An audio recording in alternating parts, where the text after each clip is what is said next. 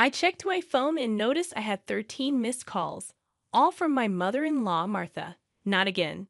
While thinking about this, my phone vibrated once more. I answered, "Hello." Martha sounded angry. "Excuse me. Wasn't the allowance for this month supposed to be $3,000? It's overdue? Excuse me. I told you to send the allowance. This month's payment hasn't been deposited yet." Martha ranted, ignoring my situation and only thinking about what she wanted.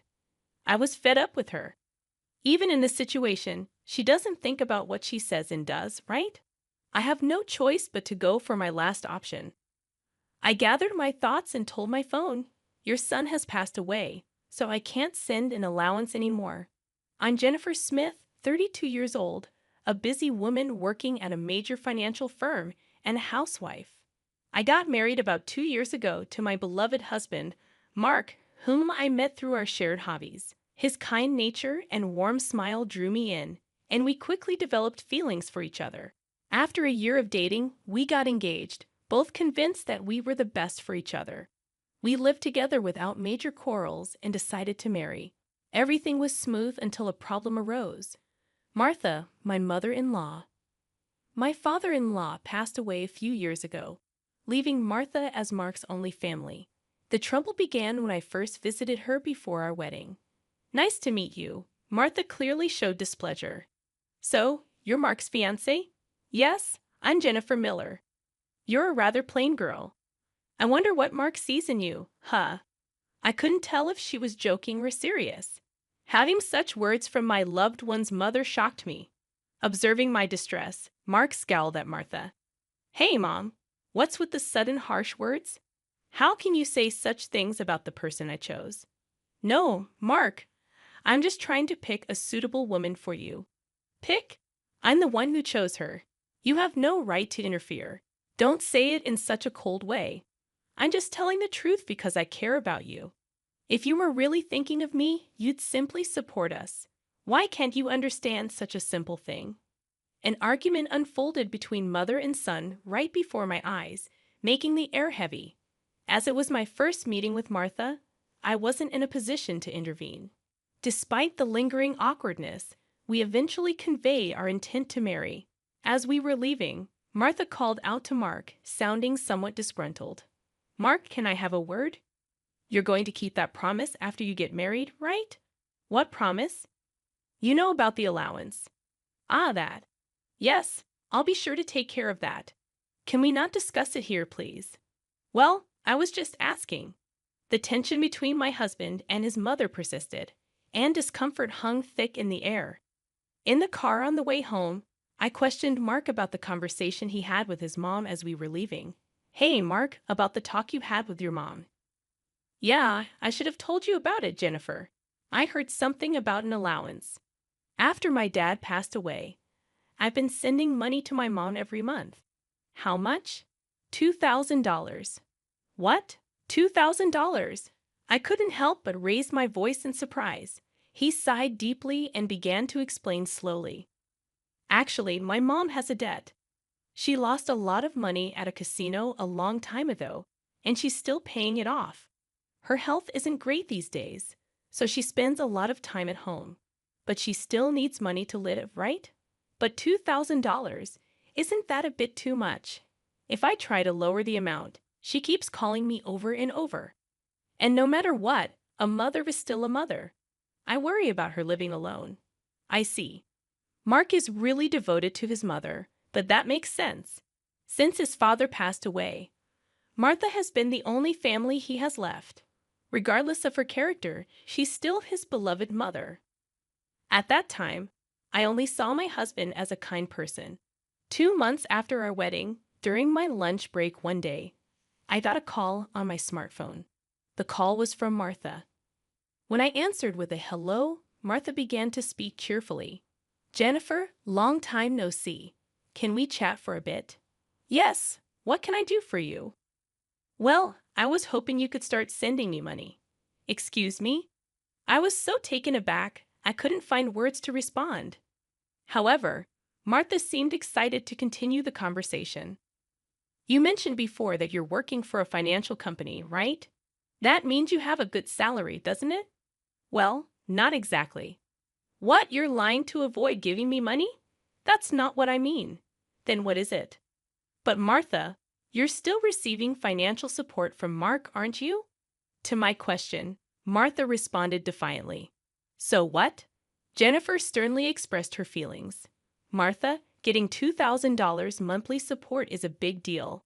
And yet you're asking for more. Really? You think so? If you were to send me an additional $1,000, I could avoid burdening Mark. What do you mean by that? Well, I have Mark as a guarantor for my debts. If I fail to make payments, the debt collectors will go after him. Do you understand? But aren't you using part of Mark's $2,000 to pay back the debt? I'm short. I haven't told Mark, but I have a significant amount of debt. Martha's tone made it clear that this was a fact. Even her husband was unaware of it. With future plans of having children, our expenses were set to increase. On top of that, taking over Martha's debt wasn't an easy task. But if Martha's payments fell behind and the debt landed on Mark, the interest would likely accumulate significantly by then. If I refused to send money, it would eventually become a problem for my husband. It seemed better for Martha to clear her debt now. Reluctantly, I agreed to Martha's proposal. All right, I'll start sending you money. Really? Good God, Jennifer. I knew you would say that. The total, with Mark's contribution, will be $3,000. But this means you can pay off your debt, right? Yes, of course. I should be able to pay it all off in about a year. You promise, right? You'll make sure to pay off all your debts? I get it. So I'll be expecting it from this month onwards. Martha ended the call abruptly. The combination of physical exhaustion from work and this emotional burden only added to my stress. $1,000 a month, that's going to be rough, but it's also to prevent future problems for us. After all, if Martha can't make a living, it will upset Mark as well. That night, I promptly reported the matter to my husband. He told me I didn't have to do this, but I had already given my word to Martha, and it was a decision made for our future well-being. Mark expressed his gratitude and understanding, wearing a sorry expression throughout. Time passed, and 2 years have gone by. The financial support we initially thought would last a year is still ongoing, and even now, we're sending $3,000 every month to Martha. Moreover, about 2 months ago, Mark fell ill and hasn't been able to work. He's on sick leave, receiving disability benefits, but it's much less than his previous salary. Last month, I managed to transfer $3,000 to Martha from my savings, but if this situation continues, it will be very challenging. Shockingly, Martha has not visited her sick son even once. Despite informing her about his hospitalization, she doesn't show up and only contacts me to ask, "You're still sending the money, right?" I was furious and decided to talk to Mark about it. Mark, listen. Isn't it wrong that Martha is only concerned about money despite your condition? We need to seriously consider what to do moving forward. Yeah, I've been thinking the same thing. I don't want to put more strain on you, Jennifer. This month, too, she's bombarding me with calls and messages, asking if we've sent the money yet. Can you believe it?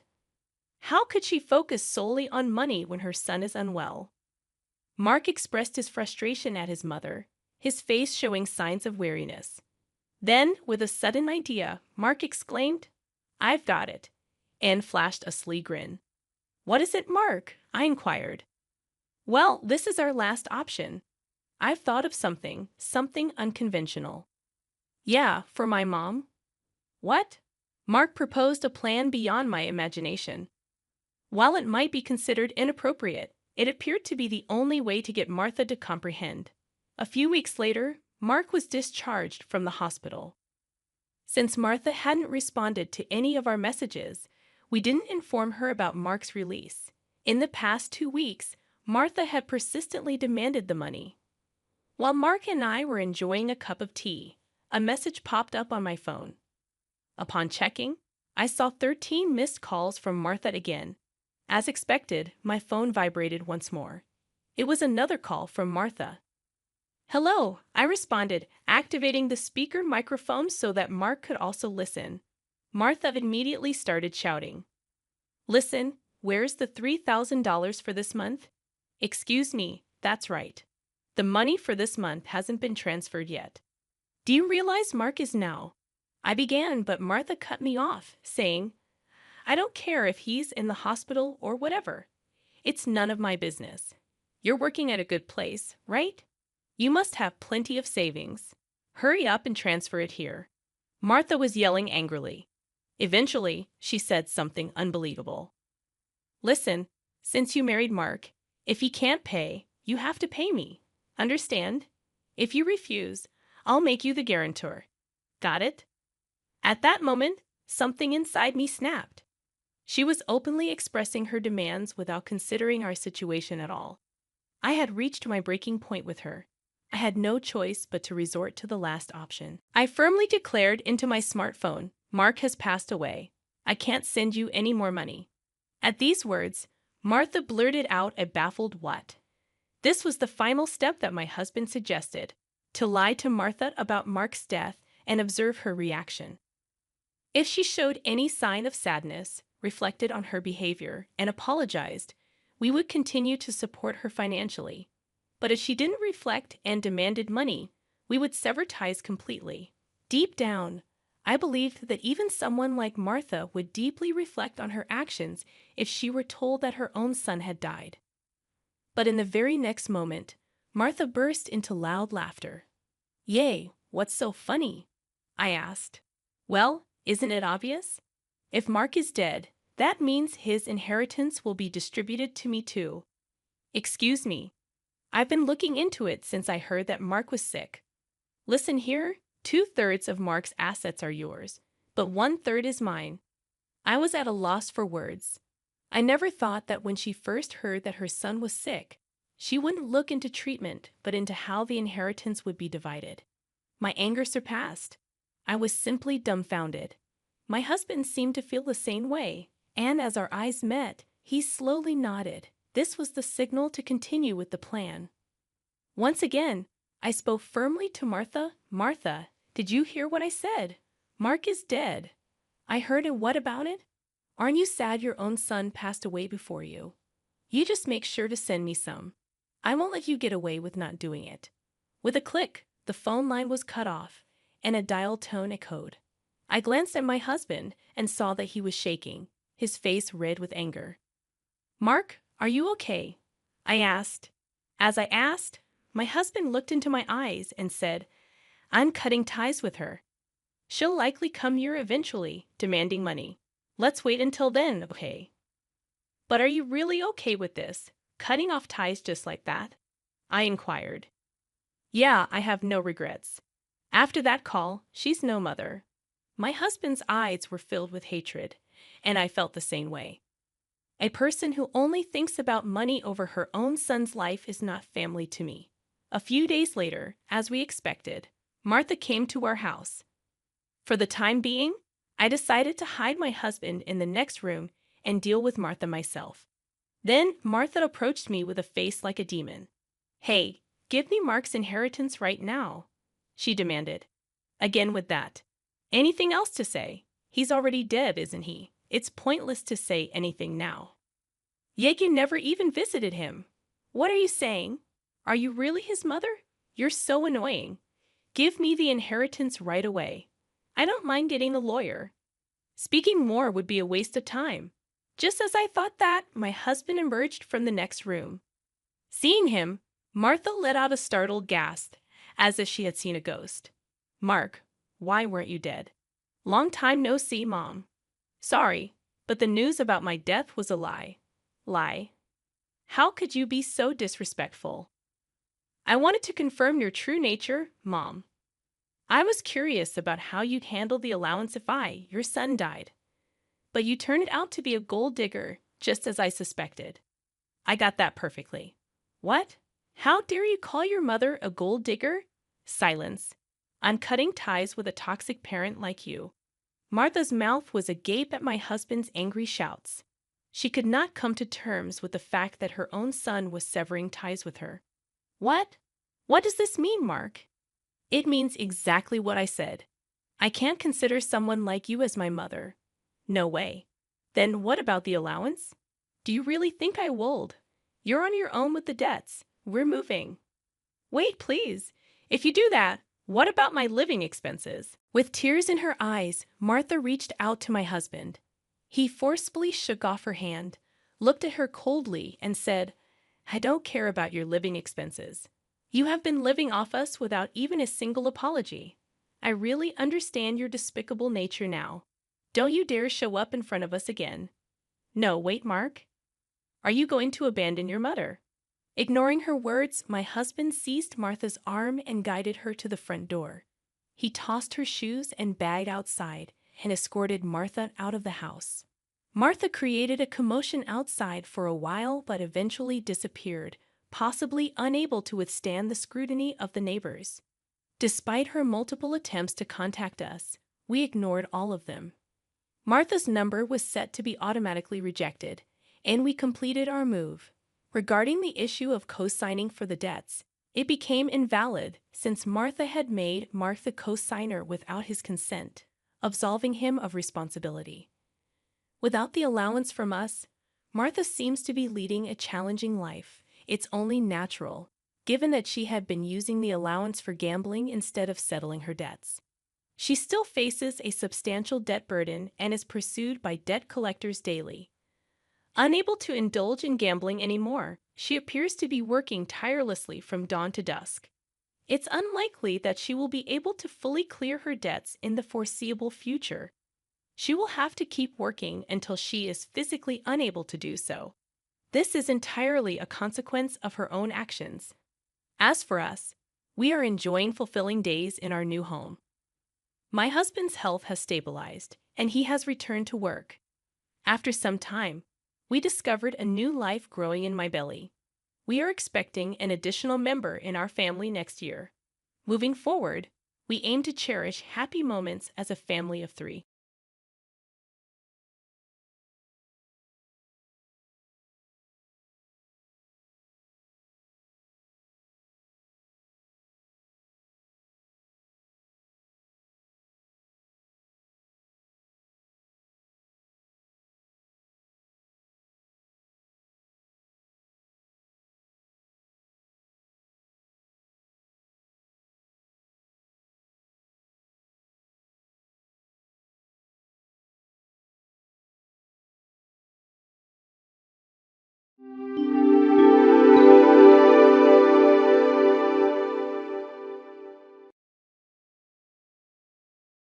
Rather than worrying about Bob, his stepmother started treating him as a good-for-nothing. You were supposed to help me, but you ended up in the hospital yourself. That's just laughable, she said. In this condition, the treatment will be expensive, and you won't be able to send money to me. I was astonished by these unbelievable words from his stepmother and found myself glaring at her. Bob was driving to take care of you, I explained. She looked at me with a smug face and a cold gaze. But Bob was driving drunk, right? He brought this upon himself, she said. Uncle Bob said to check inside the closet, my niece whispered, her voice soft and barely audible. I was confused by this sudden remark. Don't worry, she continued, Uncle Bob told me to look inside the closet. I'm Dennis, a 30-year-old housewife. I met Bob through a friend's introduction, and we've been married for 5 years. I'm unable to have children, but Bob loves me dearly, and our days are fulfilling. Bob is very kind and listens to my stories for hours. When we started dating, I was struggling at work and often complained about it, but Bob was always there to listen.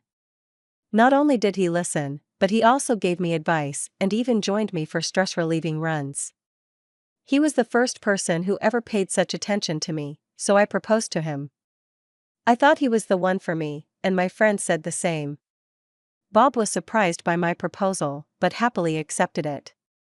I learned at our wedding that Bob was planning to propose to me.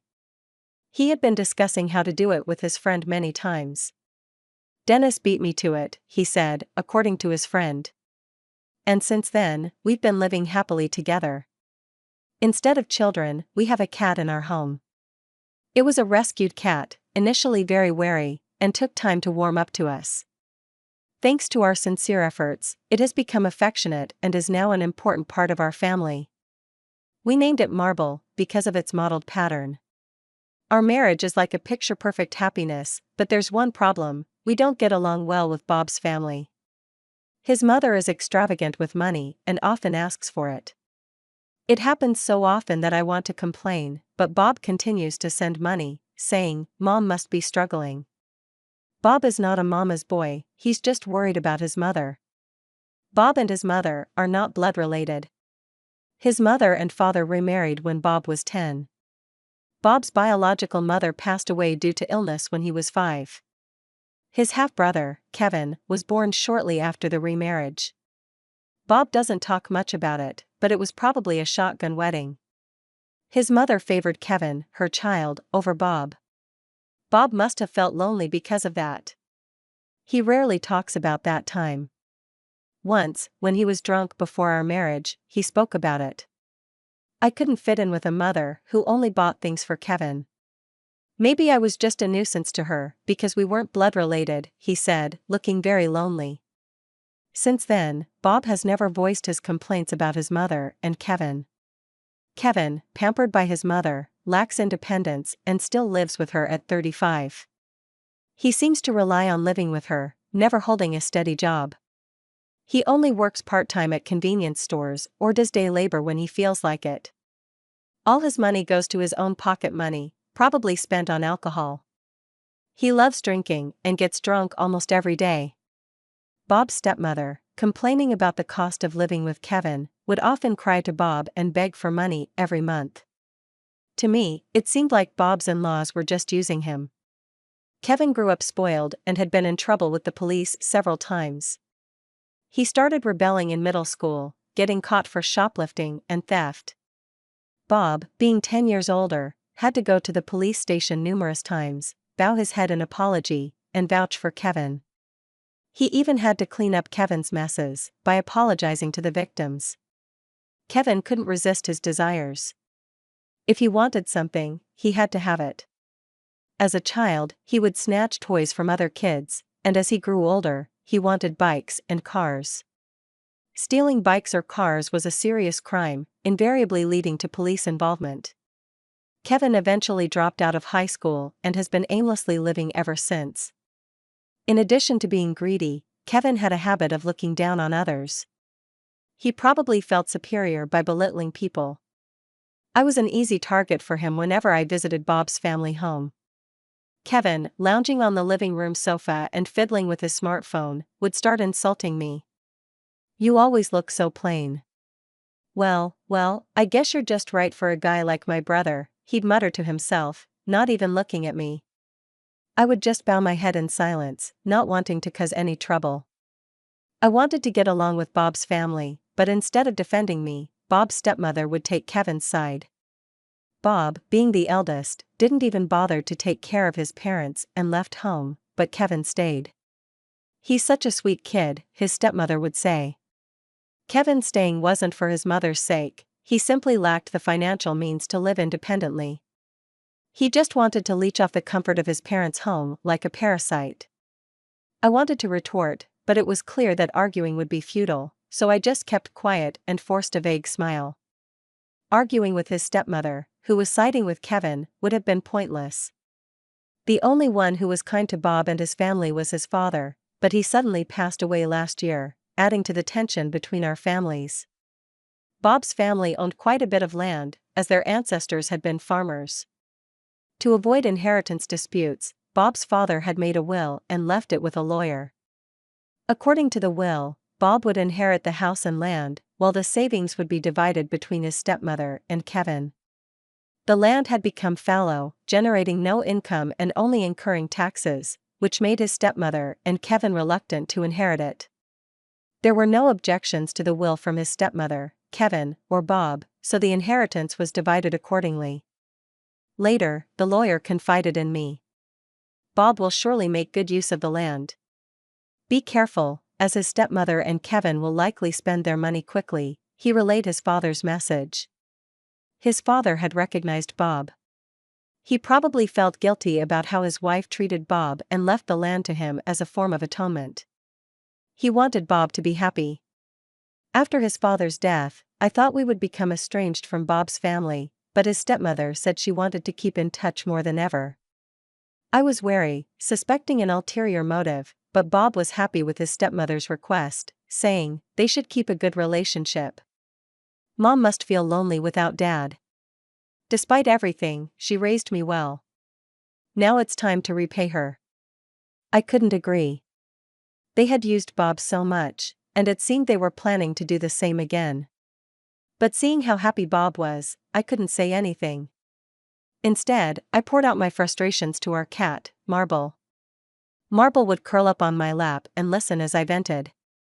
After that, Bob's stepmother started exploiting us even more. It was more like being used as a workhorse. Anyway, Bob's mother keeps calling either me or Bob. It takes about an hour by car to get to his family home, which is just over a mountain. His mother calls us for petty reasons, like the light bulb might go out, I need a ride for shopping, or if there's a bug in the house. It feels like harassment. Then it escalates to, I'm short on money this month, so send more. I was furious with her selfish behavior, but Bob happily obliged. I questioned it, especially when it came to money, but I couldn't stand against Bob's desire to help his mother. Her argument was, Bob, being the eldest and having inherited the house and land, should naturally take care of his parents. But didn't she and Kevin inherit the money? Strangely, they're asking Bob, who's already paying the taxes, to arrange for more money. As the lawyer said, perhaps they've already spent the inherited money. What worried me was that Bob often came back from his home looking upset and downcast. Seeing Bob's unusual demeanor, I decided to ask him. Your complexion is off. Did your mother say something to you? Bob shook his head and mumbled, well, it's no. It's probably my fault. With that, he left the room and went to take a bath. In hindsight, I wonder if things would have been different if I had pressed him more at that time. I couldn't help but feel regret as I got caught up in an unstoppable event. About a month later, during a 3-day weekend, Bob and I planned a trip to a hot spring spa. Oddly, the night before, Kevin came to our house. He wanted to have a drink with his brother after a long time and brought an expensive whiskey. Bob was delighted to welcome Kevin that day. Kevin was unusually cheerful, not only refraining from insulting me, but even complimenting me. The house is neatly organized, and the food is delicious. I wish I had a wife like you, he praised me creepily. Feeling uncomfortable, I told Bob, remember we have a trip tomorrow, so don't overdo it, and I retired to our room early. Bob seemed to have a great time and continued drinking late into the night. I could hear their lively voices even in the bedroom. The next morning, as I was getting ready for the trip, Bob received a call from his mother. I had a bad feeling. Bob's expression turned serious. That's terrible. I'll come right away. Hearing this, I looked up to the heavens. There goes our trip. Mom's got a high fever. I'm going to take care of her now. As I packed away our travel bags, contemplating the trip cancellation, Bob, with a serious look, said, Mom wants you to come too, to help with meals. Bob woke up Kevin, who was sleeping on the sofa, and told him about their mother's condition. Bob and I drove our car, and Kevin drove his, heading to their family home. Honestly, I didn't want to go, but I couldn't just ignore his sick mother, so I got into the passenger seat. I was concerned whether Bob was still affected by last night's alcohol. Sensing my anxiety, Bob reassured me. I had a whiskey for the first drink, but then switched to barley tea. He had restrained himself from drinking, thinking about our trip. He's truly kind-hearted, just like my husband. The drive to his family home takes about an hour, crossing over a mountain. Bob drove with a serious expression as we went over the mountain pass. The car's speed started to increase. I could even hear the tires screeching on the curves. Feeling scared, I asked Bob to slow down a bit. Looking in the rearview mirror, Kevin seemed to be lagging. Bob suddenly voiced his concern. The brakes aren't working, Bob said with a serious face, sweat forming on his forehead. I looked at him earnestly, trying to understand. But it's only, Only been a week since we got it back from the vehicle inspection, I said. We had sent the car for an early inspection before the trip, thinking it was better to be safe than sorry. The car had returned without any issues, but could the brakes fail like this? At the next curve, the tire screeched loudly. I grabbed the passenger seat handle in desperation. The car kept speeding up, swerving out of the lane, and getting honked at by oncoming traffic. The car swerved out of its lane and was honked at by oncoming vehicles. In the next curve, the car didn't slow down. It veered into the opposite lane and crashed into the guardrail. As the car scraped against the guardrail, making a left turn, we faced an unfortunate reality. The guardrail had ended. The car flew off the curve, plunging down the cliff below. The car flew off the curve and plunged down the cliff, probably about 15 feet. We crashed into the ground almost immediately. The airbags deployed blocked my view, and I lost consciousness. When I woke up, I was lying in a hospital room. I was in the hospital for a week. I alternated between consciousness and unconsciousness, fully regaining my awareness only a week after the accident. I immediately asked the nurse about Bob. The nurse hesitated and told me to wait for the doctor's explanation. I waited anxiously, and finally, the doctor arrived. He checked my consciousness, heart rate, and oxygen saturation, and muttered, "You're okay now." Then he cleared his throat and explained Bob's condition. Bob was still unconscious, in a coma. There was a chance of recovery, but it was uncertain when. In the worst case, he might remain bedridden for life. I couldn't believe it. I kept picturing Bob's smiling face, and his innocent expression while playing with marble. But then the image of Bob gripping the steering wheel and screaming came to mind, and I started hyperventilating. I was given a sedative and fell asleep again. It was 3 days later when I fully grasped the reality of seeing Bob bedridden from then on. I visited Bob daily, talking to him desperately. "Stay strong, get well soon, let's go home," I pleaded. Bob didn't regain consciousness, but I didn't give up and kept talking to him every day. About a week later, Bob's mother came to visit. Instead of showing concern for Bob, she started treating him as a good-for-nothing. Instead of coming to help me, he ends up in the hospital himself. It's laughable. With his condition, the treatment will be expensive, and he won't be able to send money to me. I couldn't believe her words and found myself glaring at her. Bob was driving to take care of his mother, I explained. His mother looked smugly at me with a cold gaze. But Bob was drunk driving, wasn't he? He got what he deserved, she said. I couldn't comprehend what she was saying. Bob had been drinking tea all along, hadn't he? Why would they say it was drunk driving? I tried to ask Kevin, who was there with us, but he just snorted and left the room. I tried to ask Kevin, who was there with us, but he just snorted and left the room. His parting words, "Don't forget to send money," lingered in my ears. Confused and overwhelmed, I was trying to make sense of it all when my sister and niece arrived to visit me. Almost as if replacing my mother-in-law, my sister had moved to a remote island when she got married, so we hardly met. She came to see me because of the accident. Seeing my sister and niece after such a long time, I burst into tears, overwhelmed by a surge of emotions. My sister embraced me gently.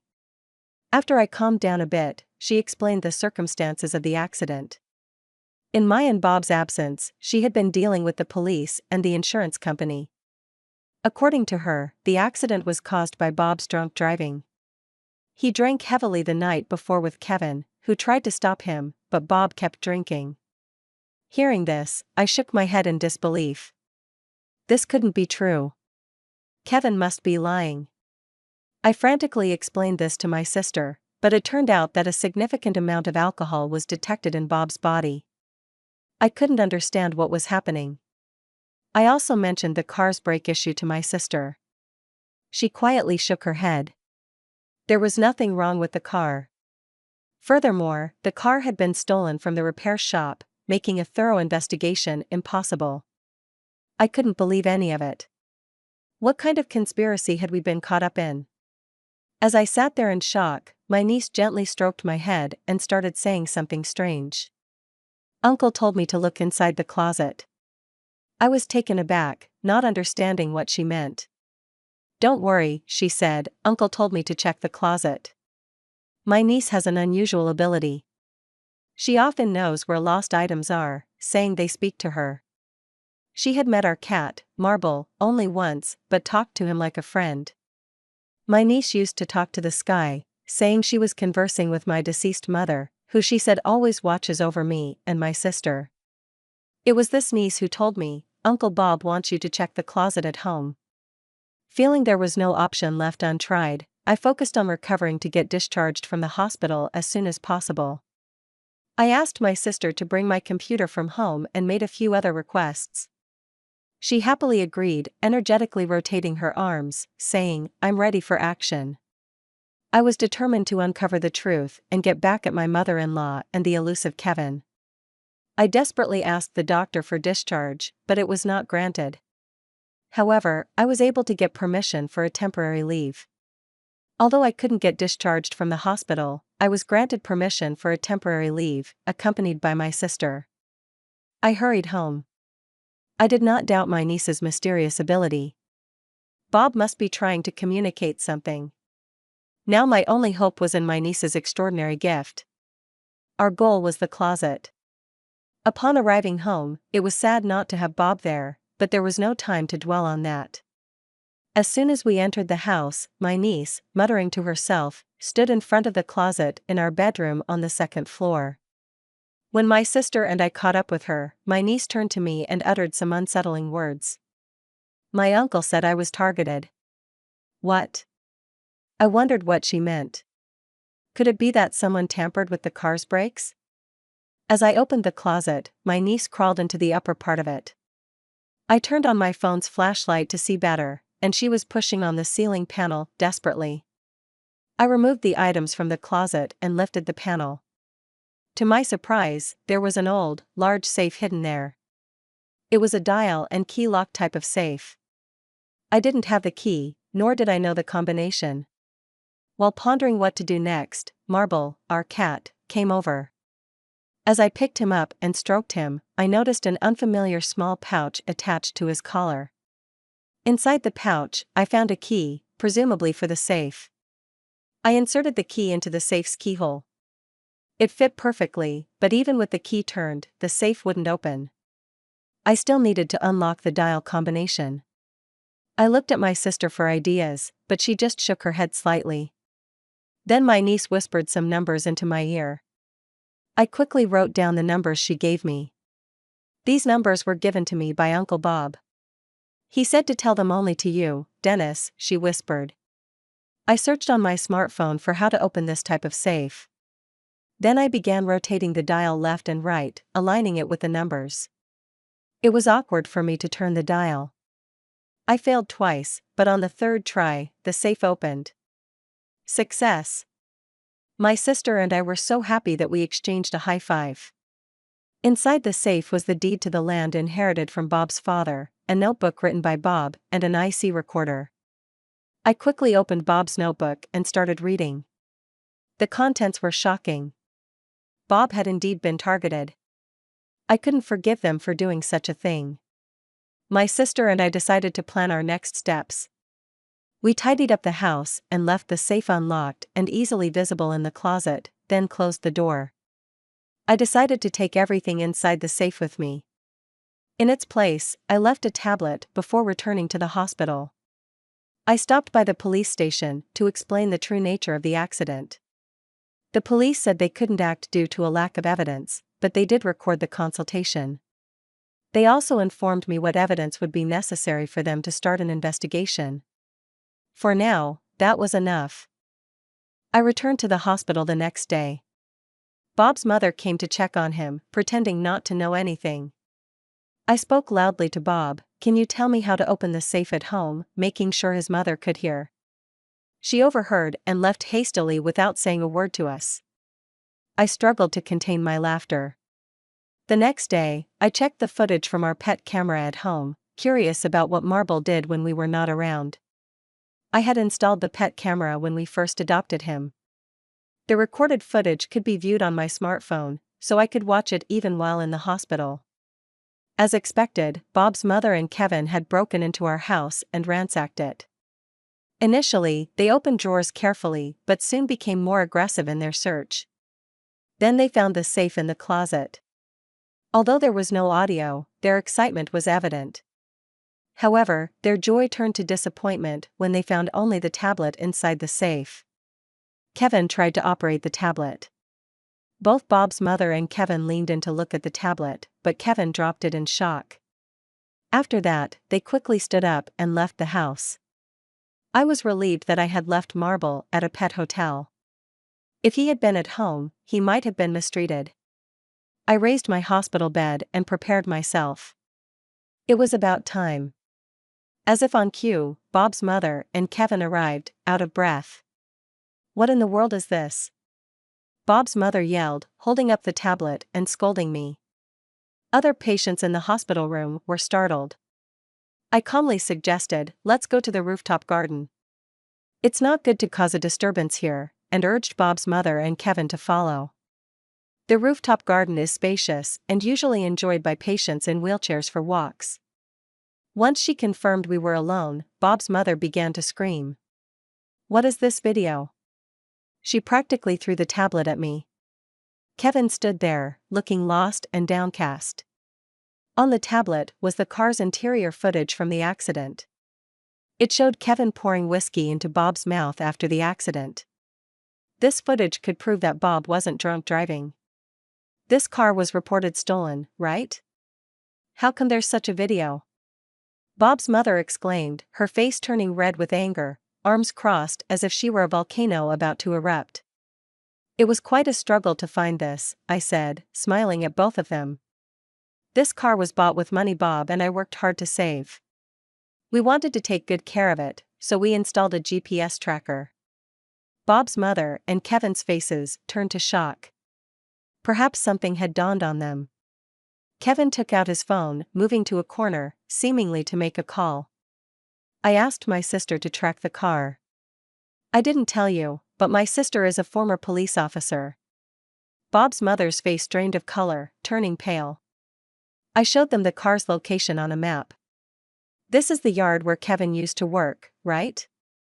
Dismantling cars. I believe one of your former coworkers works there." Bob's mother clenched her teeth, her hands tightly balled into fists, her arms shaking. "When we traced the car there, it was about to be dismantled. My sister, with an insurance investigator, stopped the dismantling." Kevin came back in a panic. "Mom, it's bad."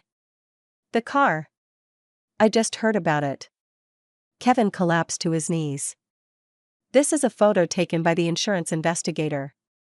The brake fluid in the car was severely depleted. Even air got in. Naturally, if air gets into a car's hydraulic brake system, it won't work properly. Moreover, the photo showed oily fingerprints all over it." "Whose fingerprints are these, I wonder?" I asked Kevin maliciously as he collapsed on the floor. Kevin kept muttering, it's not true," repeatedly in a low voice. Bob's mother stood there, dumbstruck. Kevin had come down to the scene of the accident, but instead of helping us, he made Bob drink whiskey and fled. A passing car reported the accident to the police. As I confronted Kevin, he just clutched his head, sitting on the floor, shaking, and started muttering, "Mom, it's all Mom's doing. Why did you do this?" I confronted my mother-in-law, but she remained silent. "Can't say anything? Well, I'll explain then." I opened Bob's notebook. It detailed every misdeed of my mother-in-law and Kevin. They had long since depleted my father-in-law's savings. My mother-in-law splurged on designer brands, spas, and fancy lunches. Kevin spent on luxury cars and nights out. They had spent it all within a year of my father-in-law's death. No wonder they kept asking us for money. The notebook also mentioned how they pressured Bob to hand over his land. They learned that Bob's inherited land, previously neglected, was now in a city redevelopment area. Smelling money, they started pressuring Bob to hand over the land. My mother-in-law tried everything: coaxing, flattering, threatening. No wonder Bob looked so down whenever he returned from his parents' house. If only I had listened to him back then, he wouldn't be bedridden now. Overwhelmed with regret, tears blurred my vision. Bob probably wanted them to get back on their feet. "I'll give up the land rights, but if you waste it all, you'll struggle, so please get a job," Bob had pleaded with them. Hearing this, my mother-in-law crossed her arms. Inside that notebook is just Bob's whining. It's not evidence. I took out my voice recorder. "This is the recording of Bob's visit to your place." I glared at my mother-in-law and Kevin and pressed play. "Bob, I'd like some tea." "The tea leaves are in the kitchen." "Got it." The kitchen. "I'll make some tea." The sound of a chair moving could be heard. Bob was heading to the kitchen. "Listen, Kevin, go to Bob's house and tamper with his car." My mother-in-law's malicious voice played back. She muttered, "Damn it," under her breath. I continued playing the recording. "Are we doing this?" Kevin sounded hesitant. "It must have all been my mother-in-law's plan. We have to. If both are gone, it's not just the land rights we'll get. We'll get the insurance money too." No matter how many times I heard it, I felt sick. Such malice. Could it be done by humans? My mother-in-law and Kevin slumped down defeated. "I'm sorry, please forgive me." "We needed the money," my mother-in-law cried loudly. I felt a bit sorry for her and bent down to offer a handkerchief. That's when she grabbed my bag containing the voice recorder and tablet with evidence and ran off. "Kevin, come on." Startled, Kevin charged at me. I lost my balance and fell. Kevin sneered, "Serves you right," as he ran away. I slowly got up. How twisted can they be? Running away won't change anything. I took out my smartphone and pressed the call button. "Sis, they're heading your way." Rubbing my back, I started walking. I knew where my mother-in-law and Kevin were going. When I entered the hospital room, they were surrounded by the police. I knew this would happen. My mother-in-law and Kevin were hanging their heads, both had handkerchiefs covering their handcuffed hands. They must have been arrested. My sister was talking to a tough-looking detective. She glanced at me, gave a thumbs up, and winked. The detective looked at me and saluted. Feeling a bit embarrassed, I smiled back. I returned to the hospital the next day. Bob's mother came to check on him, pretending not to know anything. I spoke loudly to Bob, "Can you tell me how to open the safe at home?" making sure his mother could hear. She overheard and left hastily without saying a word to us. I struggled to contain my laughter.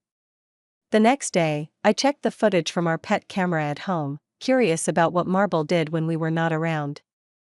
I had installed the pet camera when we first adopted him. The recorded footage could be viewed on my smartphone, so I could watch it even while in the hospital. As expected, Bob's mother and Kevin had broken into our house and ransacked it. Initially, they opened drawers carefully but soon became more aggressive in their search. Then they found the safe in the closet. Although there was no audio, their excitement was evident. However, their joy turned to disappointment when they found only the tablet inside the safe. Kevin tried to operate the tablet. Both Bob's mother and Kevin leaned in to look at the tablet, but Kevin dropped it in shock. After that, they quickly stood up and left the house. I was relieved that I had left Marble at a pet hotel. If he had been at home, he might have been mistreated. I raised my hospital bed and prepared myself. It was about time. As if on cue, Bob's mother and Kevin arrived, out of breath. "What in the world is this?" Bob's mother yelled, holding up the tablet and scolding me. Other patients in the hospital room were startled. I calmly suggested, "Let's go to the rooftop garden. It's not good to cause a disturbance here," and urged Bob's mother and Kevin to follow. The rooftop garden is spacious and usually enjoyed by patients in wheelchairs for walks. Once she confirmed we were alone, Bob's mother began to scream. "What is this video?" She practically threw the tablet at me. Kevin stood there, looking lost and downcast. On the tablet was the car's interior footage from the accident. It showed Kevin pouring whiskey into Bob's mouth after the accident. This footage could prove that Bob wasn't drunk driving. This car was reported stolen, right? How come there's such a video?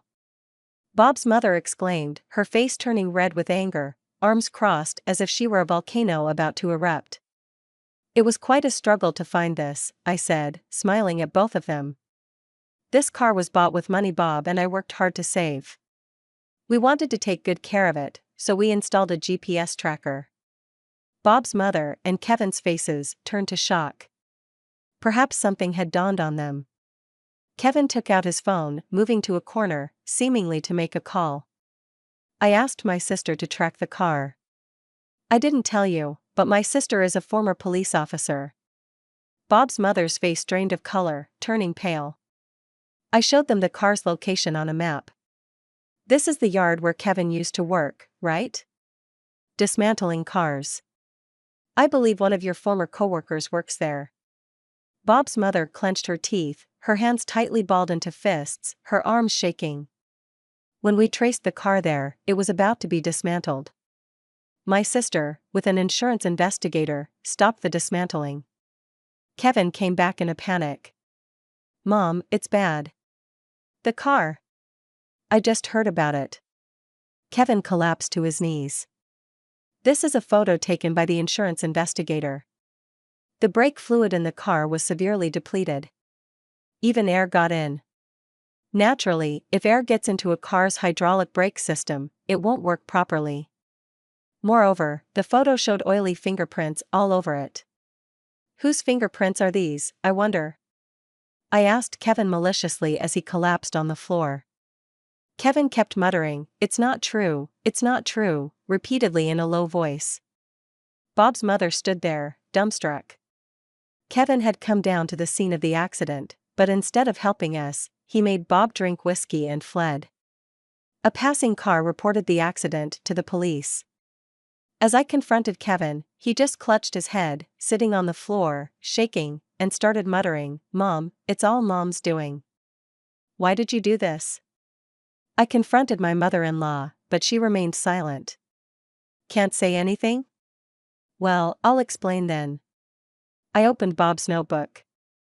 It detailed every misdeed of my mother-in-law and Kevin. They had long since depleted my father-in-law's savings. My mother-in-law splurged on designer brands, spas, and fancy lunches. Kevin spent on luxury cars and nights out. They had spent it all within a year of my father-in-law's death. No wonder they kept asking us for money. The notebook also mentioned how they pressured Bob to hand over his land.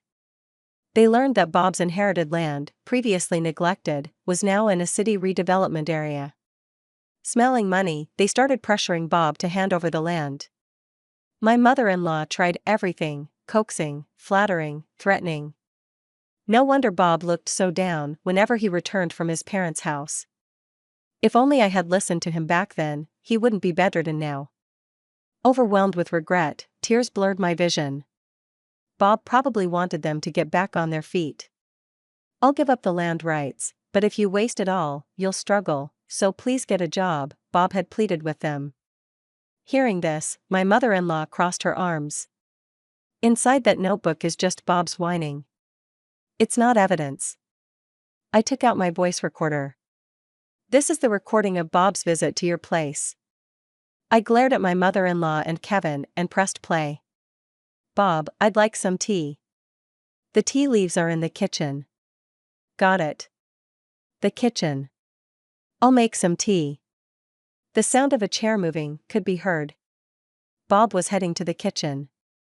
Listen, Kevin, go to Bob's house and tamper with his car. My mother-in-law's malicious voice played back. She muttered, damn it, under her breath.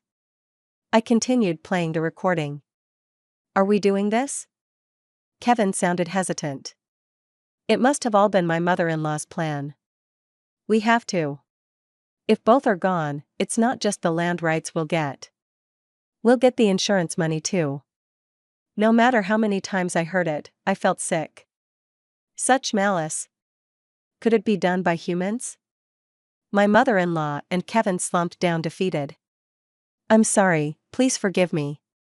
We needed the money, my mother-in-law cried loudly. I felt a bit sorry for her and bent down to offer a handkerchief.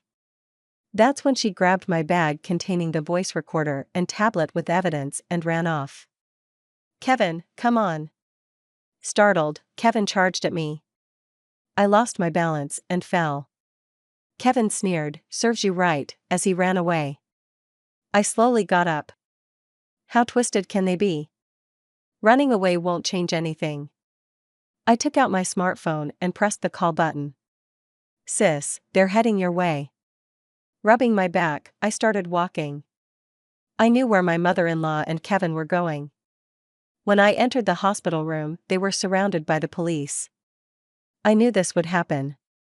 My mother-in-law and Kevin were hanging their heads, both had handkerchiefs covering their handcuffed hands. They must have been arrested. My sister was talking to a tough-looking detective. She glanced at me, gave a thumbs up, and winked. The detective looked at me and saluted. Feeling a bit embarrassed, I smiled back. After visiting me, my sister consulted with her former colleague, the detective. The police couldn't act without evidence. However, if life insurance was involved, the insurance company's investigator would get involved. My sister, advised by the detective, sought the help of the insurance investigator. They used GPS to track down the car to a yard where it was parked. Upon checking the car's interior footage, they saw Kevin acting suspiciously. The insurance company seized the car, and further investigation at a designated workshop revealed the brake tampering. We thought this was sufficient evidence, but just to be safe, my sister left a record of the police consultation at that time. We kept the discovery of the car from the police. I couldn't be satisfied with just having the police arrest them. I wanted to be the one to bring them to justice. That's how my mother-in-law and Kevin were arrested in this hospital room. As they were led out of the room by the police, I coughed loudly to get their attention. My mother-in-law and Kevin turned to look at me. Don't mess with me. You sacrificed Bob for your greed. Do you realize how much he trusted you? He always hoped you would recover. From my bag, I threw a sobriety flyer from an NPO and a home renovation flyer at them. Kevin, Bob always said you should quit drinking because it's bad for your health, I pointed at Kevin. And you, Bob was thinking of living with you someday. He was planning renovations for that, but you tried to turn his life into money. Don't mess with me. I loudly condemned them, and they cowered under my intensity, hurried out by the police. As I panted, I heard the sound of sheets rustling on the bed. I approached Bob and saw his lips move slightly. Instinctively, I grabbed his hand. You're too loud. Woke me up, Bob murmured, waking up. My loud voice had awakened him. Though I thought it was rude, I couldn't help but cry tears of joy. I had not given up, but I was prepared for the possibility that he might not wake up. The relief was overwhelming. Bob looked at me with kind eyes. Looks like I worried you.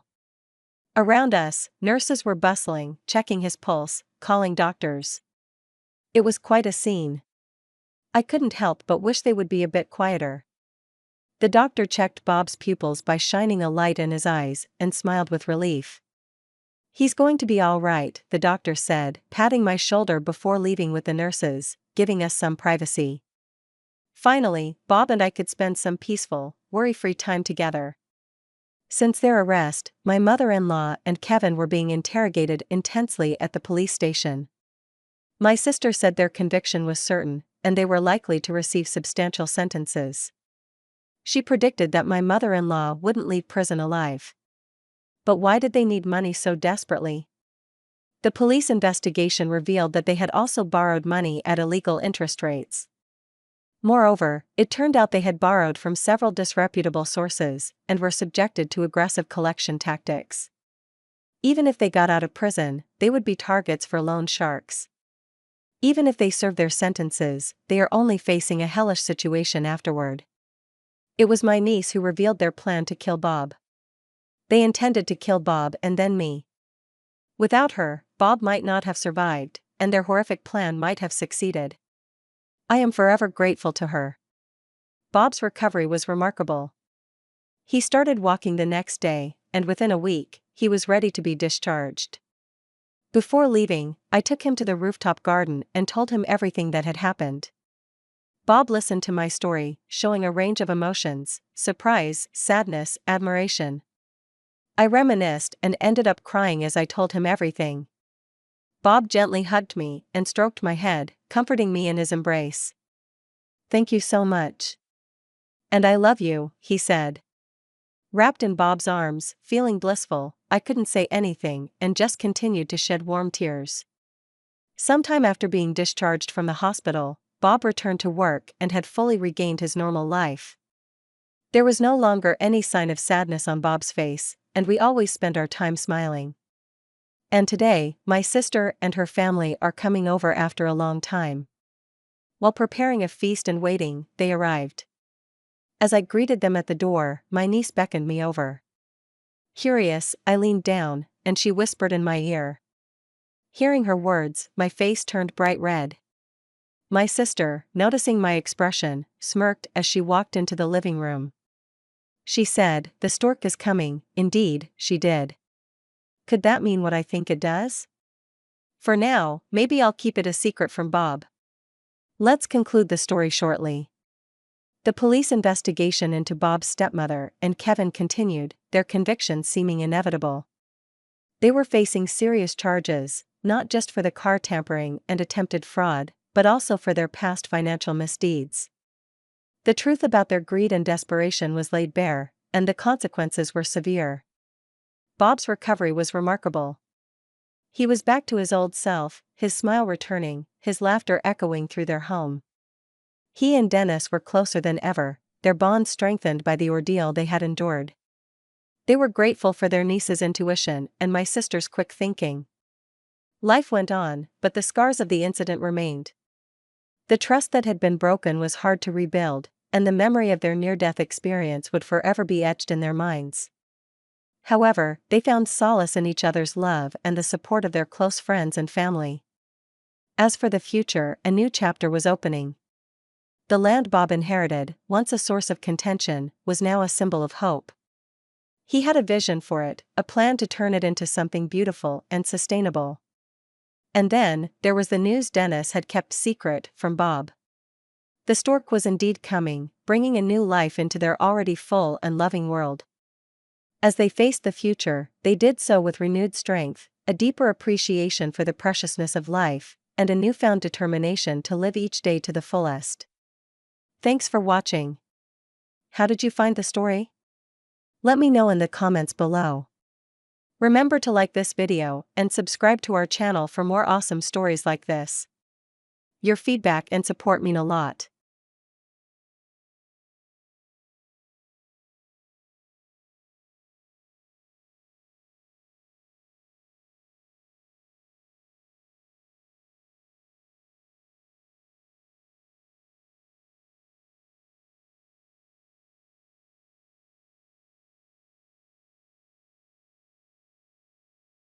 While I was watching TV, my husband stormed in, and after my mother-in-law whispered something, his face turned dark with rage.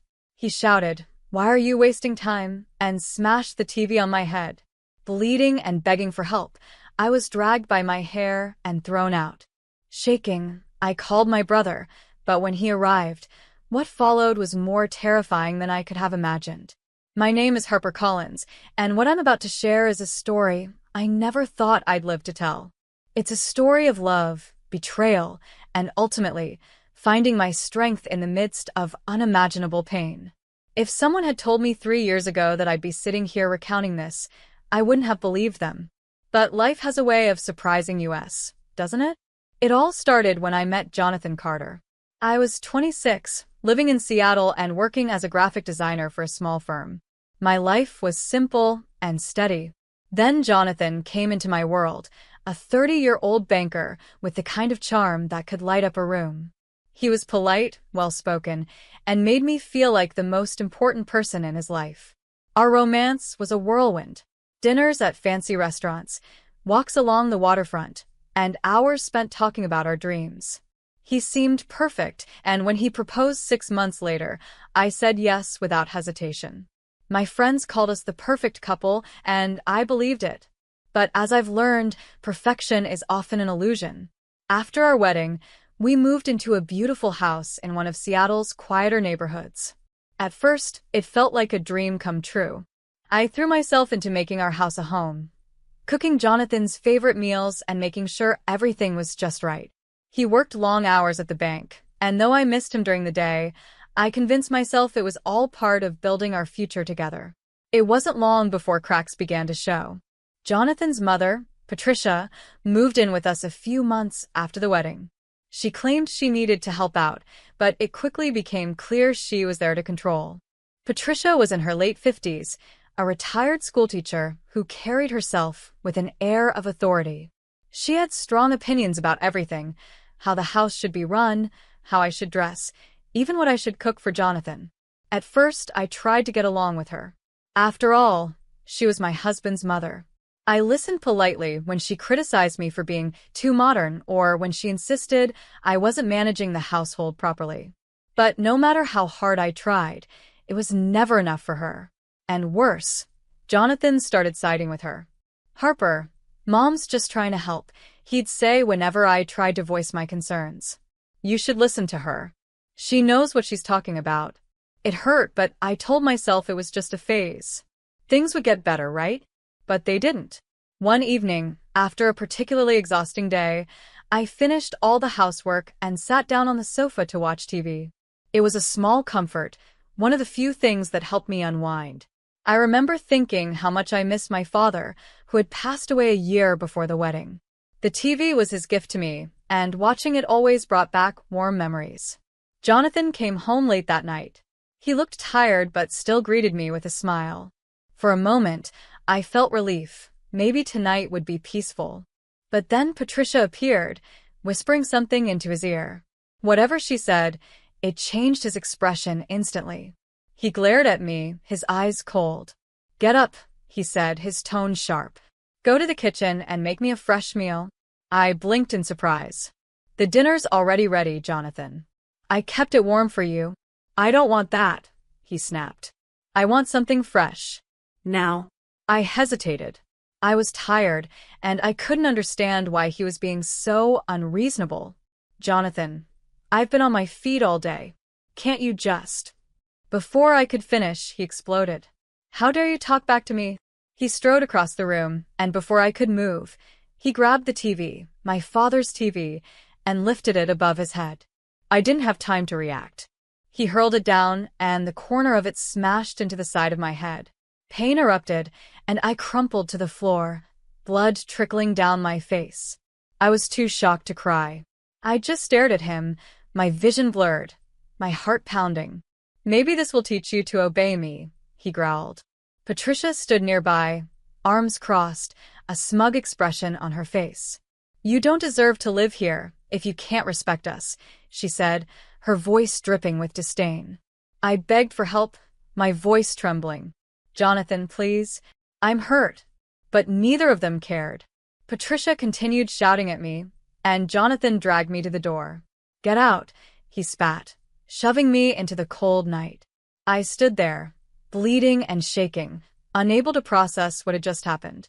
With nowhere else to go, I called my brother, Daniel. As soon as he answered, I broke down.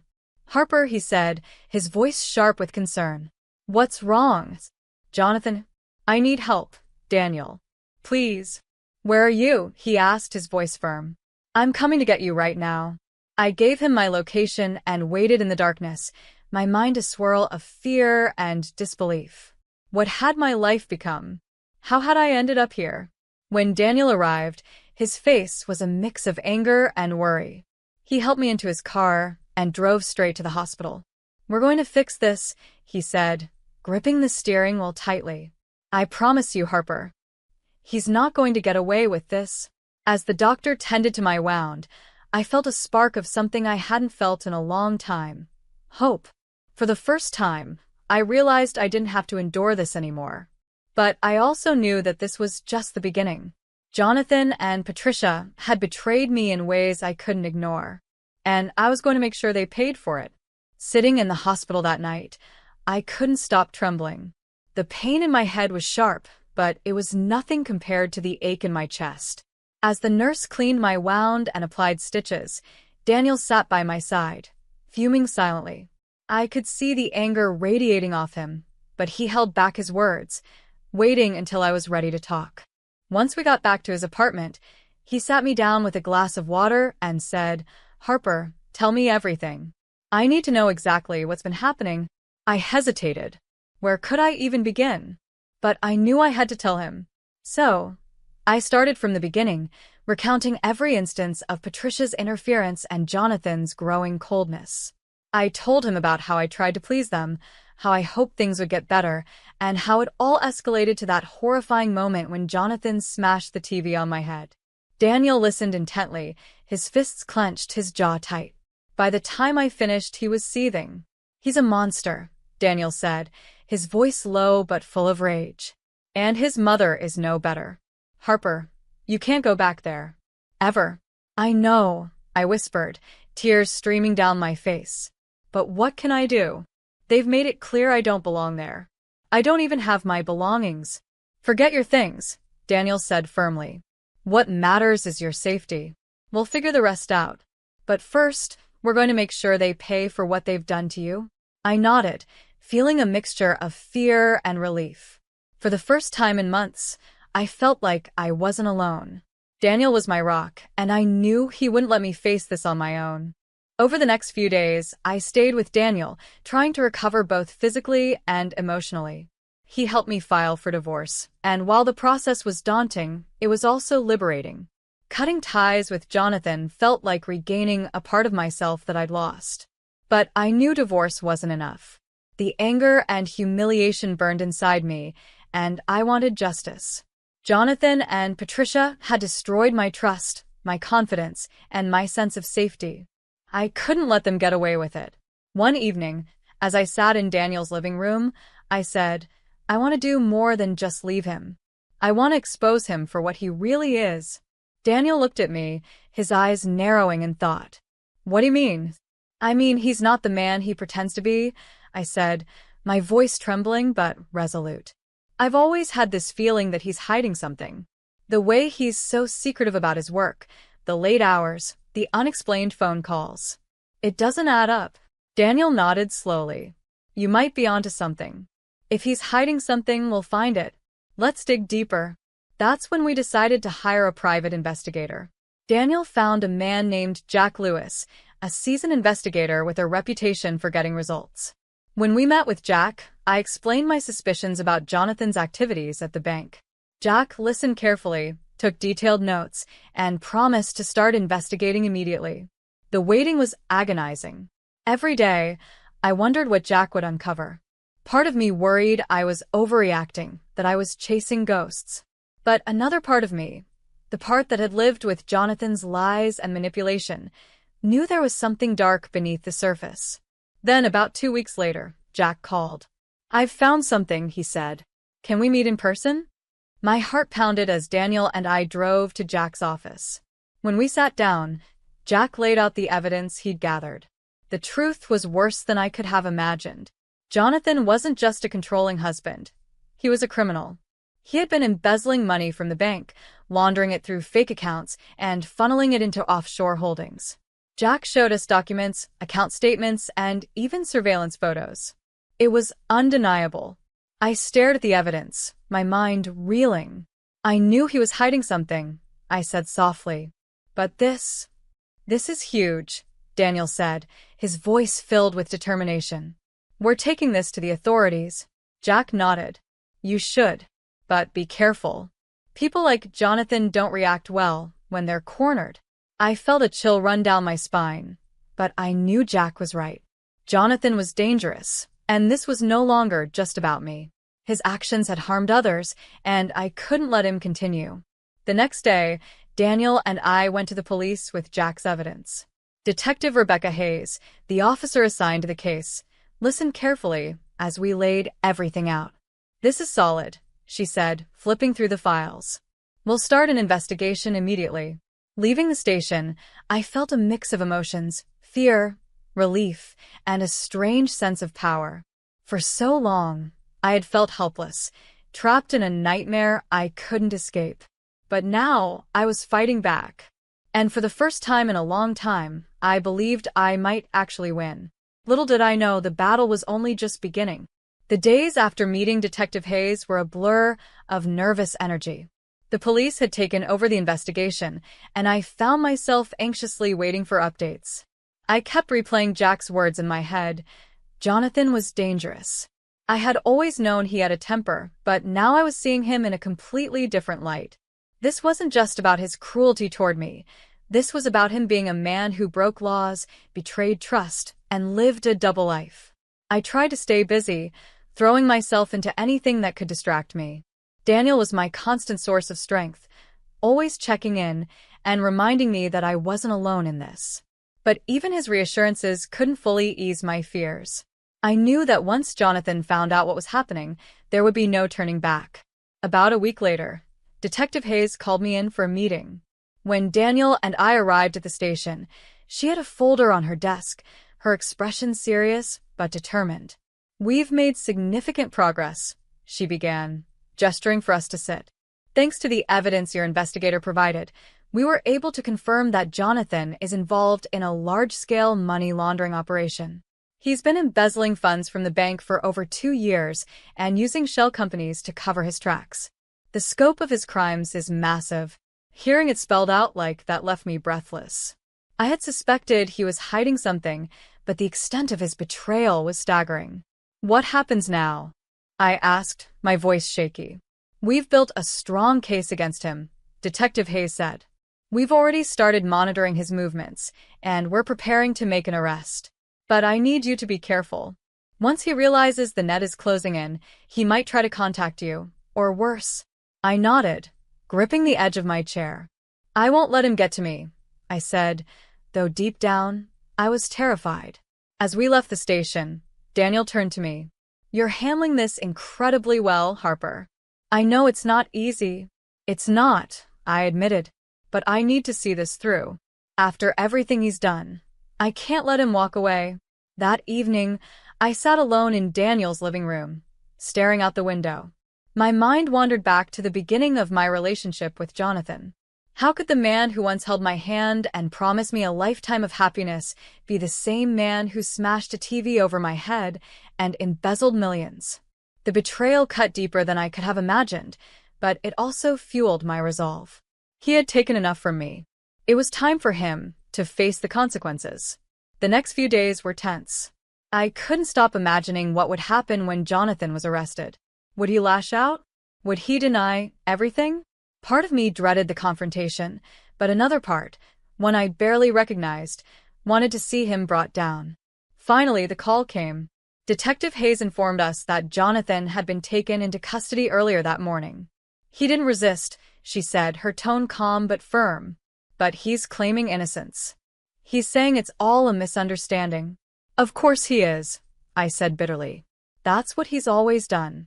Pretend to be the victim." Despite his denial, I felt a weight lift off my shoulders.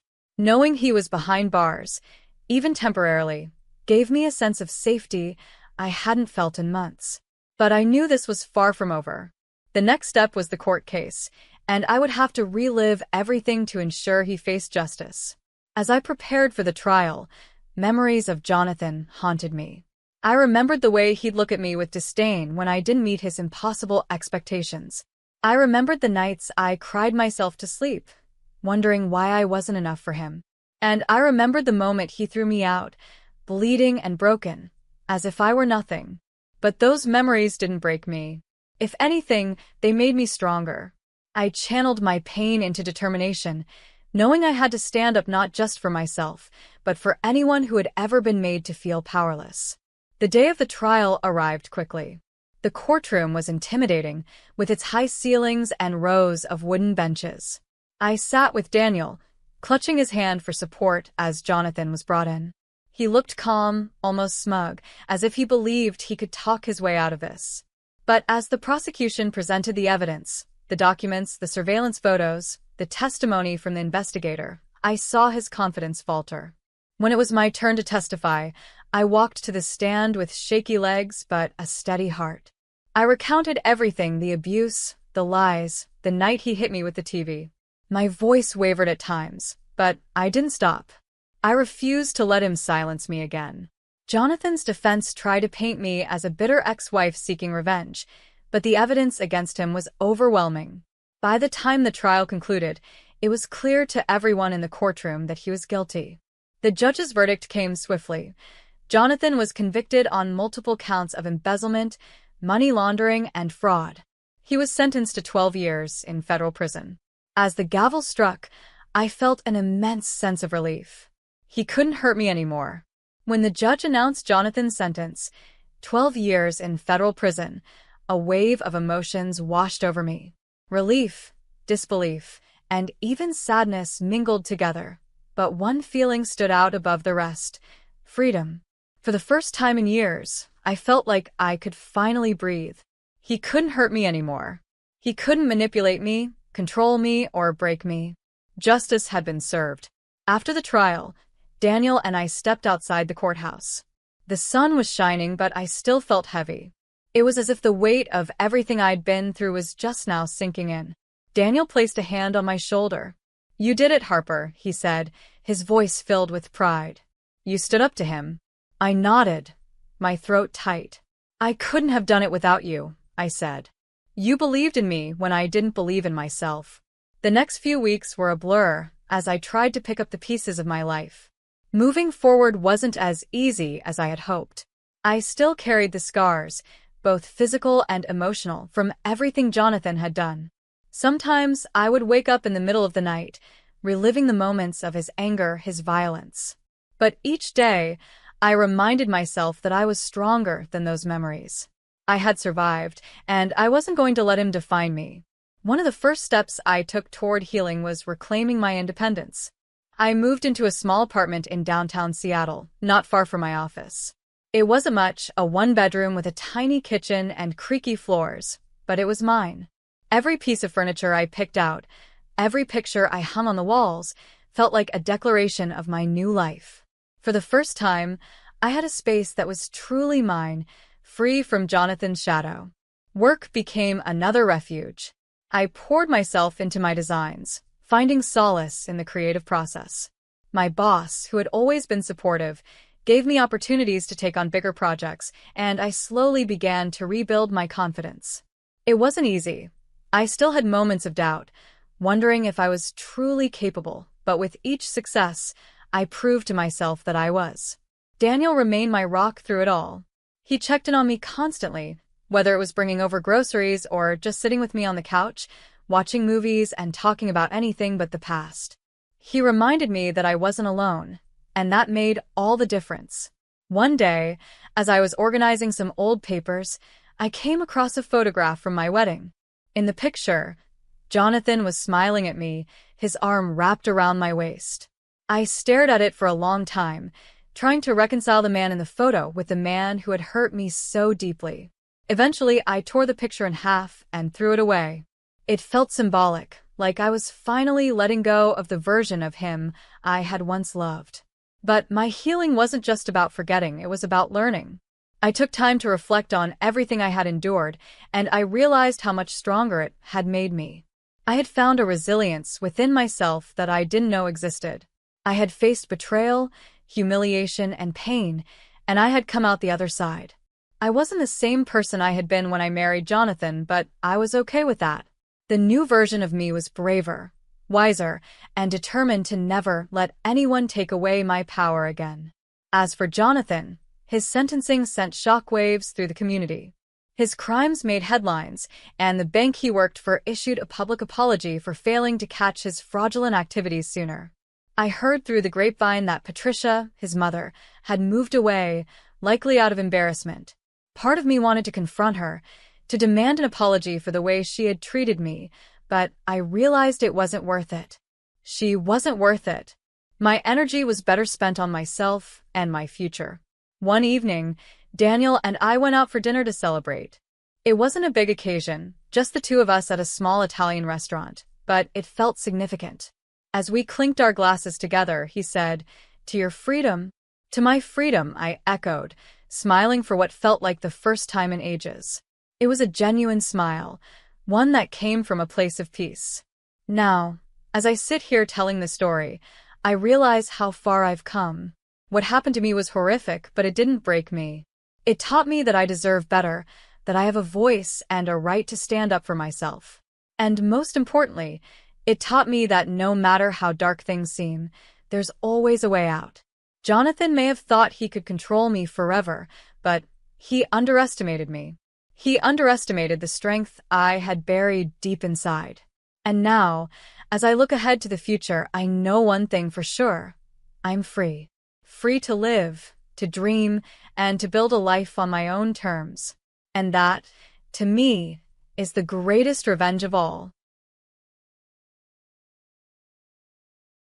The newly appointed factory manager, Robert, took on jobs with unrealistic deadlines. Of course, we couldn't meet them, leading to delays. However, he pushed all the blame onto me. When I vented about Robert's selfishness to my wife, Linda, she said, "Wait, isn't he the one who?" It seemed like she knew something about him. I'm David, in my early 50s. Married, living with my wife, Linda. We don't have kids but live happily together. I've hopped between various companies and am now employed in a manufacturing plant through mid-career recruitment. I serve as a department manager there. I'd love to become a factory manager someday, but the company policy requires a bachelor degree for that position, which I don't have. So, I can't become a factory manager. However, I do believe I'm competent at my job. Within the factory, my extensive experience allows me to assist in areas outside my direct responsibilities. This experience has enabled me to coach my subordinates, sharing tips and guidance. This led to not only my subordinates but also the factory manager relying on me, despite being a mid-career hire. Sometimes, I even offer advice to him, making me virtually involved in his work. But officially, I'm just a manager. It's times like these I regret choosing work over further education after high school. But having started working at a young age has allowed me to network with people from other factories, which is a plus. That's how I've been living my days. However, one day marked a significant change in my daily routine. That day, we were informed about a change in the factory manager position. Simultaneously, the new factory manager was introduced to us. His name was Robert Miller. He graduated from a top university, and his father is the president of the company. On paper, he's an elite. But he tends to overestimate his abilities. Having graduated from a top university, he looks down not only on high school graduates but also on those from regular universities. He despises the factory workers and always talks down to them. And that's not all. He belittles others based on their educational background and position. For instance, when a subordinate pointed out a mistake Robert had made, he exploded, saying, "You're 10 years too early to be pointing things out to me." Even though we were just trying to help by pointing out a mistake, Robert, possibly due to his high pride, refused to listen to any of our opinions. He looked down on us for our educational backgrounds and wouldn't listen to anyone. Within a week of his appointment, Robert was disliked by all his subordinates. A month after Robert became the factory manager, he summoned me. "I've secured a job, so start working on it immediately," he said. And it was with a major client, no less. I was somewhat impressed that he had landed such a big job. But then he added, "The deadline is in 2 weeks, so hurry." 2 weeks, I exclaimed in shock. The deadline was too short. Looking at the workload, it was clear that it was impossible to complete in 2 weeks. Even with the most optimistic estimates, it would take at least 4 weeks for such a major task. It was easy to foresee that this task couldn't possibly be done in just 2 weeks. Wondering what kind of tricks he used to secure the job, it turned out he had accepted it with such an unreasonable deadline. "It's impossible, Robert. It's unfortunate for our client, but we need to delay the deadline." I advised him that the deadline was absolutely impossible to meet. But he dismissed it, saying, "You've just been slacking off until now. If you work your fingers to the bone, you'll make it, right? Now get to work immediately."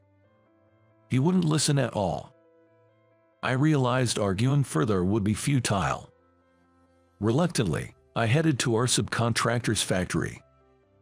"I know the deadline is unrealistic, but could you possibly do your best?" I asked for their cooperation to make this job a success. I also asked my subordinates, knowing it was a lot to ask, if they could work overtime. I was prepared for their resistance. But my worries were in vain. "If it's a request from you, we're happy to help," they said, agreeing to my request. I thanked the subcontractors and my team, and we all got to work. As a manager, I had a responsibility. So, I worked as hard as the others, not wanting to be outdone. All to meet the deadline. "See you tomorrow." At the end of the overtime, my subordinates were exhausted. So, I sent them home first. As for me, I stayed behind in the factory to work alone. Some tasks required multiple people and were impossible alone, but there were tasks I could do by myself. To reduce my subordinates' burden, I decided to work on what I could alone. This went on not just for one day, but night after night. Consequently, I started coming home late at night more frequently. Linda was worried about me coming home worn out every late night. "Are you okay? If it's too hard, maybe you should take a break from work." "I'm fine. Don't worry." To reassure Linda, I kept up appearances every time I came home. It was the 10th day since we had started the work. I was nearing my limit. I couldn't focus my eyes, and my hands were shaking too much for precise work. And I wasn't the only one at my limit. Due to working long hours every day, my subordinates were starting to show signs of fatigue. Despite our hard work, the end was nowhere in sight. This situation continued, and it was mentally taxing. Work efficiency clearly dropped, and we were truly at our limit. I realized that at this rate, we'd all collapse sooner or later. So, I decided to end work at noon by myself. When I reported this to Robert, he didn't approve. "What will you do if the deadline is delayed because you took a break?" I understand that, but everyone is at their limit. Continuing like this will only harm our health. I continued to plead desperately. After some thought, Robert finally nodded. "I'll allow it. But remember, if we miss the deadline, it's on you." It seemed he was okay with it as long as he could blame me in the worst-case scenario. Though typical of Robert, I was relieved to have gotten permission to rest. As planned, we ended work at noon and sent everyone in the factory home. That day, when I returned home exhausted, Linda had prepared my favorite food and drinks. I splurged a bit, hoping it would help ease your fatigue. Grateful for her thoughtfulness, I devoured the meal she had prepared. I relished the food and ended up drinking several glasses of alcohol, something I hadn't done in a while. Soon enough, I was drunk and began to vent about Robert. "It's impossible to meet such a deadline. That's just absurd. It's power harassment." Though I didn't remember it, I seemed to have said something along those lines. Is there really someone like that? What a terrible person.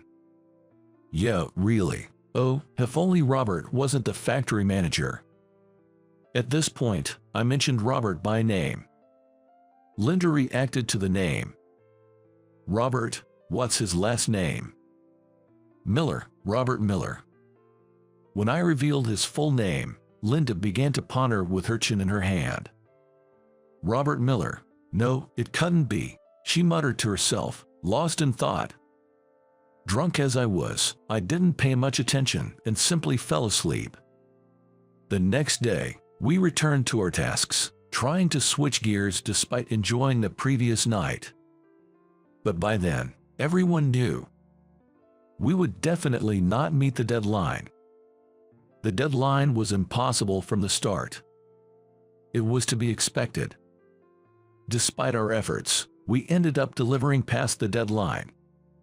Still, finishing in 3 weeks was quite an achievement under normal circumstances. However, because we missed the deadline, Robert summoned me. You remember our agreement, right? Yes. The delay is your responsibility. Therefore, you are fired. As promised, I was dismissed. After getting fired, I packed up my belongings at the factory. I had finished packing up and was about to head out. That's when I accidentally overheard my subordinates talking. Did you hear? The manager got fired. But it's for the best. Jer, he's better off not being here. They were having that conversation. It seemed my subordinates were actually pleased that I had been fired. It was a shock, but upon reflection, I realized I had indeed asked them to do the unreasonable many times before. Their resentment was justified. It was my own doing. With no room for argument, I left without saying a word. The next day, I accompanied Robert to apologize to President Anderson, our client. We apologize for the delay. The entire responsibility lies with David. Robert explained to him. He seemed to blame everything on me. He's been fired immediately, so could you please forgive us? Come on, it's your fault, so apologize properly. No matter how I think about it, it was his fault for taking on an impossible deadline, and I can't accept that. But for the sake of the factory and my subordinates, this is nothing. I sincerely apologize for this incident. Then, he stopped me as I was apologizing. No, there's no need to apologize. With that, he turned to me and said, well, if you've been let go, it's perfect timing. How about coming to work for my company? I've known about your reputation for a while. Incredibly, he was offering me a job at his company. Wait, him. Robert was surprised and inadvertently expressed his true feelings. Mr. Anderson then explained why he wanted to scout me. Actually, he had worked his way up from the factory floor to his current position. That's why he has a deep understanding of how factories operate.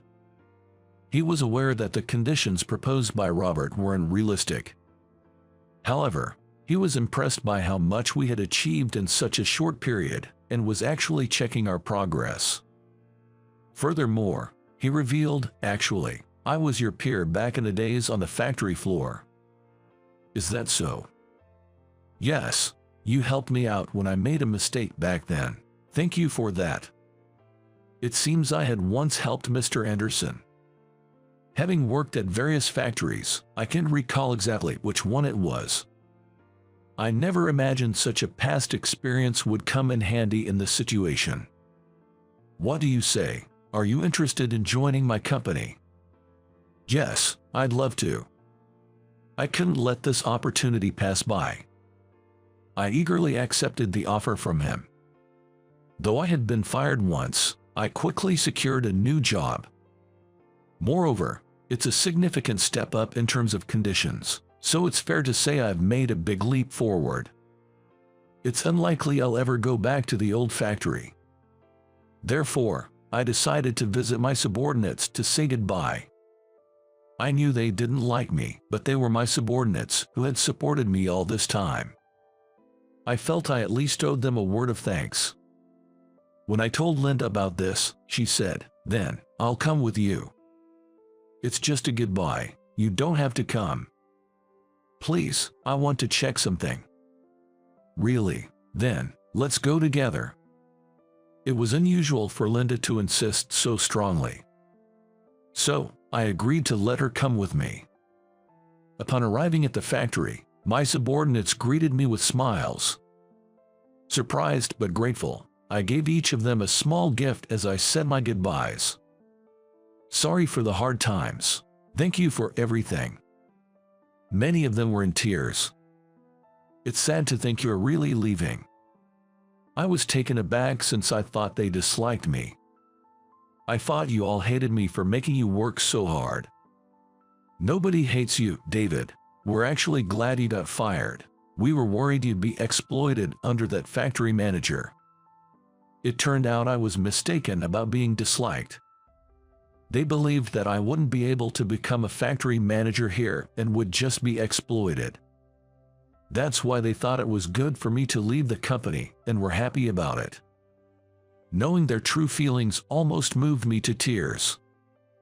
I was blessed with such great subordinates. Then, I guess it's time to say goodbye to Robert as well. After bidding farewell to my subordinates, I went to see Robert. Thank you for everything up to now. Whatever. Robert responded indifferently. It seemed he didn't like the fact that I was being scouted by a major company. Thinking it was just typical behavior, I was about to leave. But then, Linda made her move. So it was you after all, Robert. When Linda called out from behind, Robert turned to look at her. Suddenly, his face turned pale. Linda, he said, recognizing her in a tone that suggested familiarity. You seem to have taken advantage of my husband. Robert had kept being intimidated by Linda. Confused, I listened as she explained the situation. As it turns out, Linda is the daughter of a major company's president and had once been arranged to meet someone for a marriage meeting. That someone was Robert. His father is the president of a subcontractor for her father's company. That connection led to their arranged meeting. However, his arrogant attitude and derogatory comments about Linda's appearance led her to reject him. In the end, she refused him, and the marriage meeting was called off.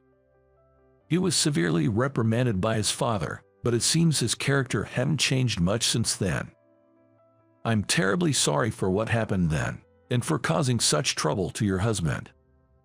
Sensing trouble, he apologized.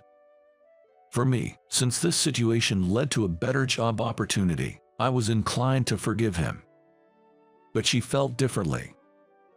It doesn't matter what you said about me. I didn't take it seriously since you were only talking about me at that time, but I cannot forgive you for hurting someone important to me. I will make sure to report this to my father, she said, visibly angry. After saying that, Linda quickly left the scene. I followed her, leaving that place behind us. Things moved quickly from there. She reported his past behavior to her father. This information quickly reached Robert's father, who became furious with him. How many times will you repeat the same mistakes? I can't entrust the factory to someone like you. You're fired. He decided to fire his son. But it didn't end there. You'll get no more support from the family. It's time you made it on your own, he told Robert. Robert had often relied on his family's support in the past. After losing his job and finding himself alone, he was left to fend for himself, adrift and directionless. As for me, I was thriving in my new role at the company, quickly making a name for myself. My hard work was recognized, and I was given responsibility for one of the factories. Having achieved my long-held dream of becoming a factory manager, I was performing even better than at my previous company. Motivated by the support of my wife, I was determined to work even harder.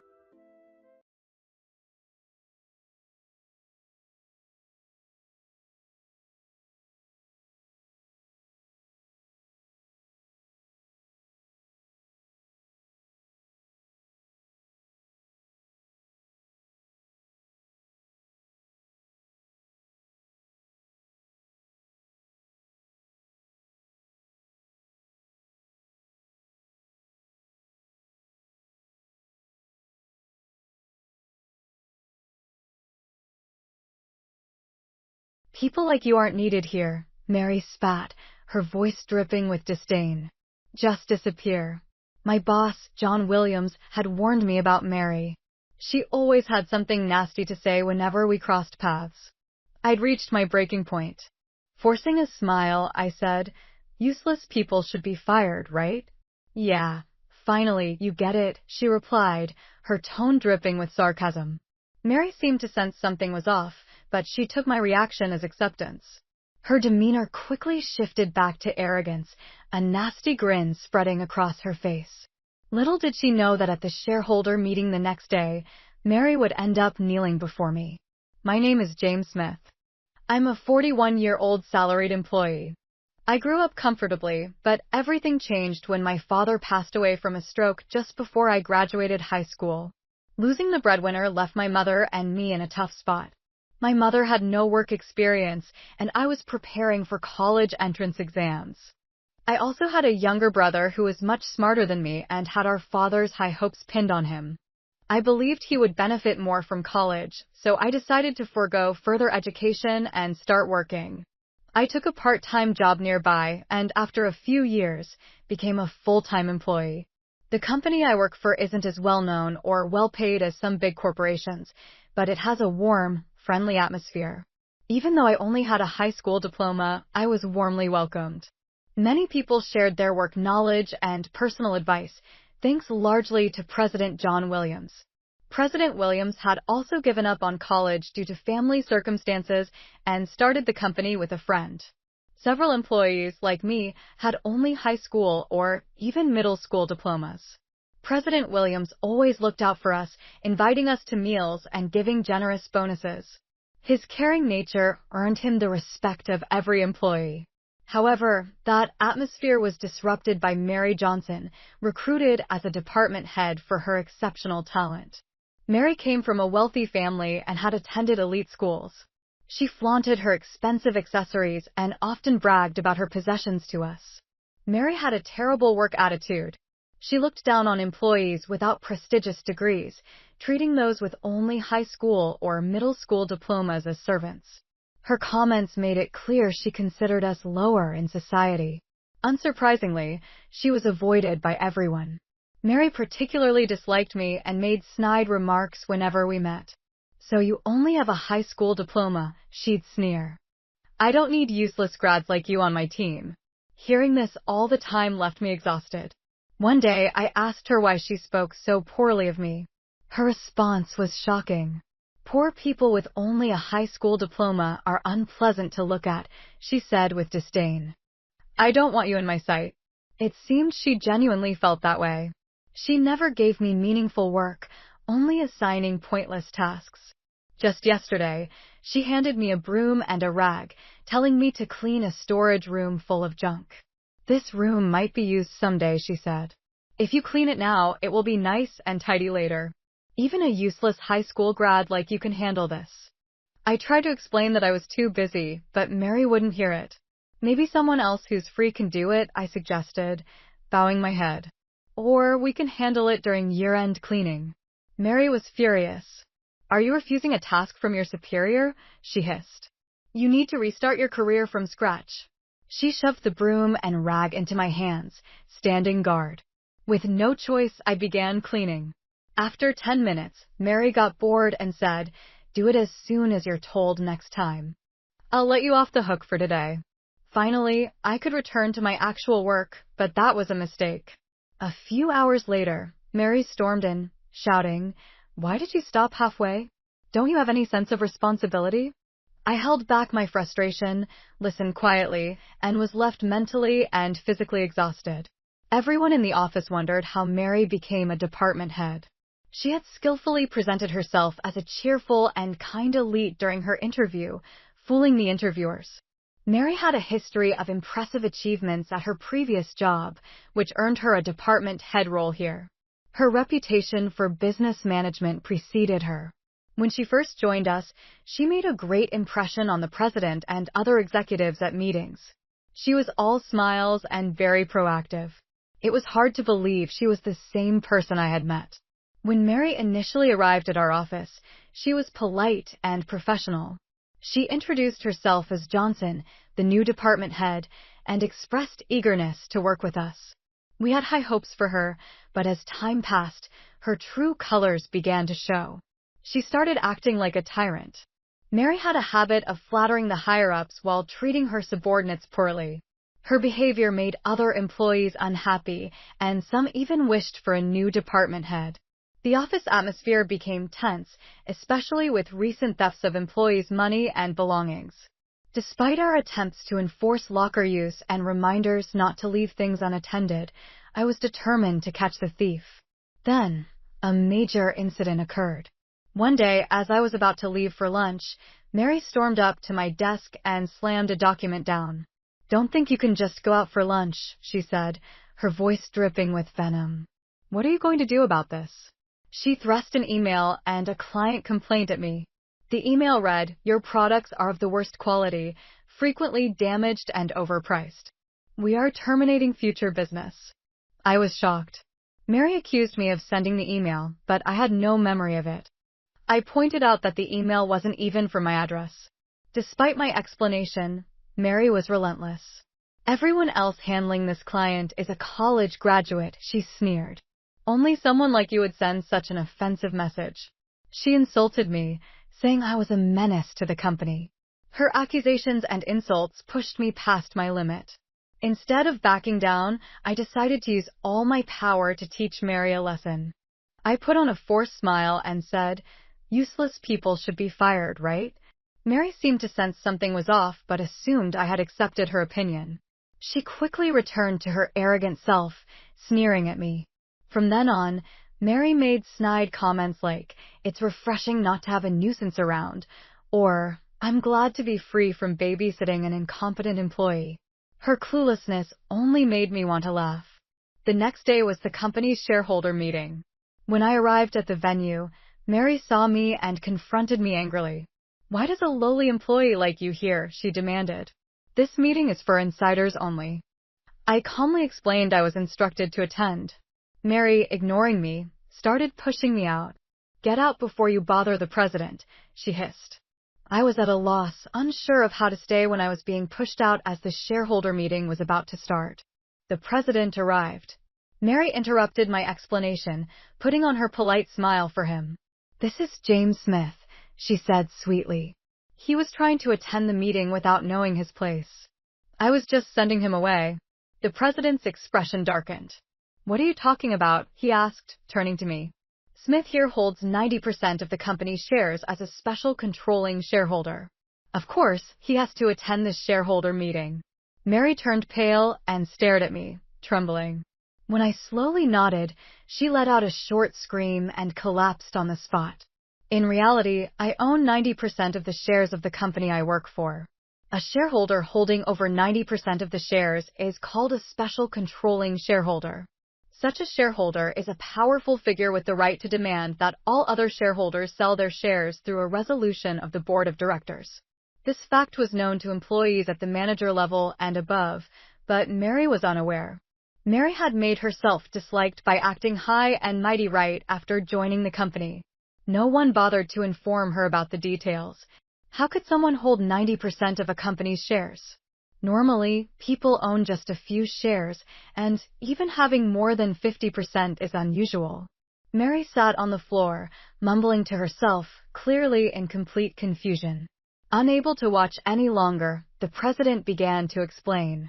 This company was founded by my father, who served as its president. However, when James was in high school, he suddenly passed away from a stroke.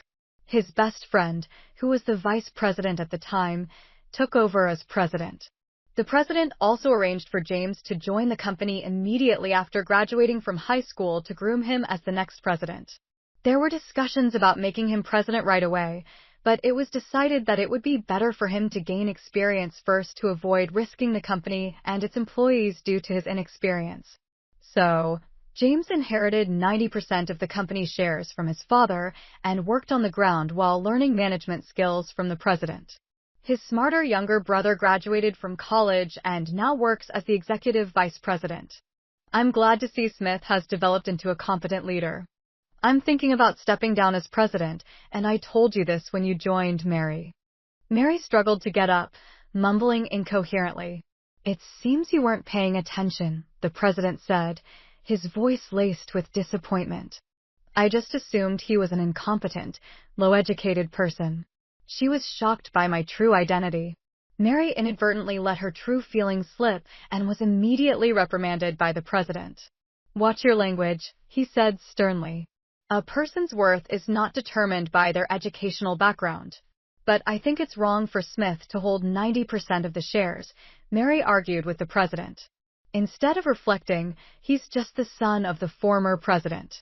That's why he holds 90% of the shares. I am much more competent and contribute more to the company. Judge by ability. I was utterly astonished that she would declare herself so superior. The president seemed to feel the same way, letting out a deep sigh before speaking in a low voice. Smith is far more competent than you. He listens to the employees' needs, constantly improves operations, and boosts workplace morale. I do that too. Mary tried to compete with me, only making the president angrier. Don't be ridiculous, the president snapped. Do you think I'm unaware? I've heard reports that you're harassing other employees instead of boosting morale. The president's face hardened as he began to reprimand Mary for her behavior. You put on a good face for me and the upper management, but I've been informed about your horrible treatment of subordinates. Looking down on people based on their education, assigning unnecessary tasks, and disrupting their actual work. That was meant to help them grow their abilities. Mary continued with her weak excuses, but the president wasn't buying it. Enough, he said, his voice firm. You don't need to say anything more. Besides, you are neither an executive nor a shareholder, so you don't need to attend the shareholder meeting. I already sent an email about this. What? I thought it was a mistake, Mary stammered. I'm an extremely competent employee, right? I figured the president must have made an error in the recipient list. I was eager to attend today to assume the president made a mistake and then crash the shareholder meeting. This showed just how brazen Mary was. The president sighed deeply and turned his back to her. Regardless, you weren't invited today. I'll be calling you in tomorrow, so go home for now. But I'm a highly valued department head. I'm essential for the shareholder meeting, Mary persisted. The president sternly ordered her to leave, and she finally retreated. Watching the entire scene unfold, I was thoroughly astonished. The president was usually very gentle, treating employees like family. I had never seen him this angry, even though I had known him for a long time. This incident deeply angered him. After that, the shareholder meeting concluded without further issues, and I prepared to head home. It had been a hectic day with Mary's interruption and the president's anger, so I planned to relax once I got home. I had no idea another incident was waiting for me. As I left the venue and headed toward the taxi stand, I heard hurried footsteps behind me. I turned to see Mary sprinting toward me. She quickly caught up and stood in front of me, blocking my way. Breathing heavily but grinning, she said, "Oh good, I made it in time." "Why are you here?" I asked, puzzled. "I thought you had left already." Could she have been waiting outside until the shareholder meeting was over? Mary ignored my suspicious look and started talking with a creepy smile plastered on her face. The president said he would call me in tomorrow, but I have a bad feeling about it. I thought I'd ask a favor from you, Mr. Smith. A favor? I had a bad feeling about this, and my face must have shown it. Mary suddenly bowed deeply. "I'm sorry for everything I've said and done," she said, her voice laced with desperation. "I'm apologizing, so could you please say some nice things about me to the president?" "You're not apologizing because you feel bad," I said, my voice firm. "You just want to escape blame." "I refuse." I tried to leave, but Mary spread her arms wide, blocking my way. She kept bowing repeatedly while holding her arms up, like in a bizarre dance, attracting a lot of attention.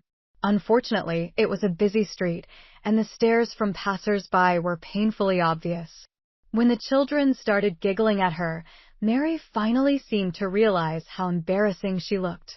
"Anyway, make sure to support me tomorrow," she shouted, her voice a mixture of desperation and anger. "I'm your boss, remember." Shouting this, Mary ran off as fast as she had come. She tripped spectacularly, drawing even more attention, but I pretended not to notice and quietly left. The next day, when I arrived at work, Mary, with her leg wrapped in a bandage, approached me. "I hurt myself after I fell yesterday," she said, her voice laced with a hint of self-pity. "I scraped my leg and got bruises. It was awful." "Is that so?" I responded coldly. "What a misfortune." If it had been anyone else, I would have shown concern, but considering everything she had done to me, I felt no sympathy. More importantly, doesn't the president have something important to discuss with you right now? I asked, my voice laced with sarcasm. "I was told to go to the president's office as soon as I arrived," Mary said, her voice tinged with a forced calmness. Since I was also summoned by the president, I reluctantly accompanied Mary. She kept complaining about her foot pain and insisted on walking slowly, which was annoying. Throughout this, she never apologized to me. I felt justified in not forgiving her. As I knocked on the president's door and entered, we were met with the president's sternest expression yet. The moment she saw the president, Mary straightened up as if she had never been complaining about her pain. "Good morning, Mr. President," she said, her voice dripping with false sweetness. "What can I do for you today?" If someone hadn't witnessed yesterday's argument, they might think she was a polite woman, but the president wasn't fooled. He looked at her with a cold stare. "It's too late to try and fix your attitude," he said, his voice firm. "Your punishment has already been decided." "Punishment?" Mary asked, her voice trembling. "What do you mean by punishment?" She turned pale, but the president continued without hesitation. "You are being dismissed for misconduct. We no longer need you at this company." "You mean I'm fired?" Mary said, her voice rising in panic. "This punishment is too harsh." She tried to approach the president, but stumbled due to the pain and her injured leg. The president remained unfazed and calmly continued his explanation. "As for the reasons for your dismissal, first is your harassment of subordinates." "I haven't harassed anyone," Mary insisted, her voice filled with indignation. "I admit I've been strict, but it was to train my subordinates." Despite having me as a witness next to her, Mary boldly insisted on her innocence. The president furrowed his brow deeper and pulled out a voice recorder. "This voice recorder contains your abusive remarks," he said, his voice cold. "When did you?" While Mary stood in shock, the president pressed play. Her familiar nasty comments about education and job positions played back, leaving not only me and the president, but even Mary herself turning pale. "Did I say all that?" she asked, her voice barely a whisper. "Both I and the other employees endured your abuse every day," I said, my voice filled with quiet anger. "Can you understand our suffering and anger?" My words caused Mary to waver. "I'm sorry," she said, her voice filled with genuine remorse for the first time. But her offenses didn't end there. "The second reason for your dismissal is that you caused trouble for our clients," the president said, his voice cold. "Just ask Kara Smith." The president then produced the document detailing the email incident from the day before the shareholder meeting. "An investigation of our company computers revealed that the email was sent from your computer," he said. "Do you have any explanation for this?" "I'm sorry," Mary whispered, her voice barely audible. "I wrote that email." Faced with irrefutable evidence from the computer investigation, Mary finally conceded. Mary, who had admitted her guilt in a low voice, finally began to explain why she had harassed me so persistently. "I worked hard to graduate from an elite university and struggled to become a department head," she said, her voice trembling. "But Smith, with just a high school diploma, was liked by the other employees. It made me so angry, so I thought I'd scare him a little. It was just a prank. I didn't mean any harm." Her selfish reasoning made the president slump his shoulders in exasperation. "Don't make childish excuses," he said, his voice heavy with disappointment. "And what about the third reason for your dismissal?" The president then showed us footage from the security cameras installed in the office. The video clearly showed Mary sneaking around and searching for valuables. Mary turned pale and stared intently at the screen. Her previously remorseful demeanor vanished, and she began to sweat nervously as she fired questions at the president. Hal, I checked all the security camera positions. I shouldn't be on tape. Recently, employees' wallets and personal belongings were being stolen, so we installed additional security cameras. Even as a department head, you resorted to theft, the president said, his voice filled with disgust. What were you thinking? Scolded by the president, Mary lost all her strength and slumped to the floor. She hung her head and began to sob, but eventually, she started to speak the truth. The truth is, I bought too many luxury items and went into debt, she confessed, her voice choked with tears. The repayment deadline was coming up, and my parents wouldn't help me anymore, so I resorted to stealing from the employees. I had no idea Mary was buying luxury goods on credit. Not being able to repay her salary and being abandoned by her family left her in a dire situation. Why didn't you just sell the luxury items? I muttered, my voice filled with disbelief. Mary burst into tears. I did sell them, she sobbed. But they said they weren't popular or had scratches, so they didn't bring in much money. I had held off on her dismissal, thinking there might be some reason behind her actions, until I heard her side of the story. However, after reviewing the evidence from the voice recorder and security cameras, it became clear that her reasons were petty and that she was a much worse person than I had imagined. It took some effort to gather all the evidence, but I'm glad I consulted the president, and we made the right decision. Mary, please reflect and atone for your sins, I said, my voice filled with a mixture of sadness and disappointment. As I spoke my final words to her, she cried and said, I'm sorry, but I couldn't believe her words until she truly paid for her actions. Afterward, we consulted the police about Mary, and she ended up with a criminal record. A thorough investigation revealed she had stolen from donation boxes at temples and shrines, which ultimately led to her imprisonment. I hope she sincerely reflects on her actions and atones for her crimes. Meanwhile, I spent my final year of training as Mr. Williams' secretary before finally becoming the president. Moving forward, I plan to continue valuing employee performance over educational background and aim to create a rewarding workplace.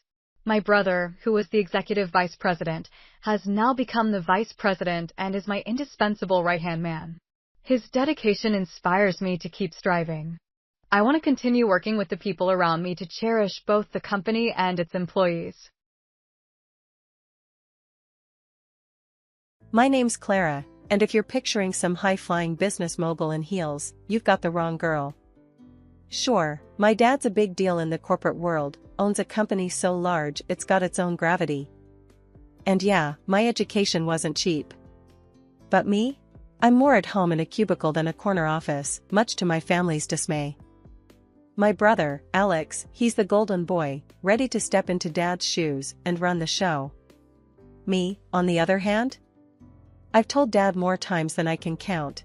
I'm not cut out for that throne. Leave me out of the dynasty drama. Leadership and all that pressure? Not my jam. Then, there's Ethan. Picture this, I'm out with friends, trying to unwind at this dive that's seen better days. In walks Ethan, tray in hand, smile that could knock you sideways. A waiter, sure, but with a vibe that caught me off guard. His simplicity, the way he looked at life, it was like a breath of fresh air.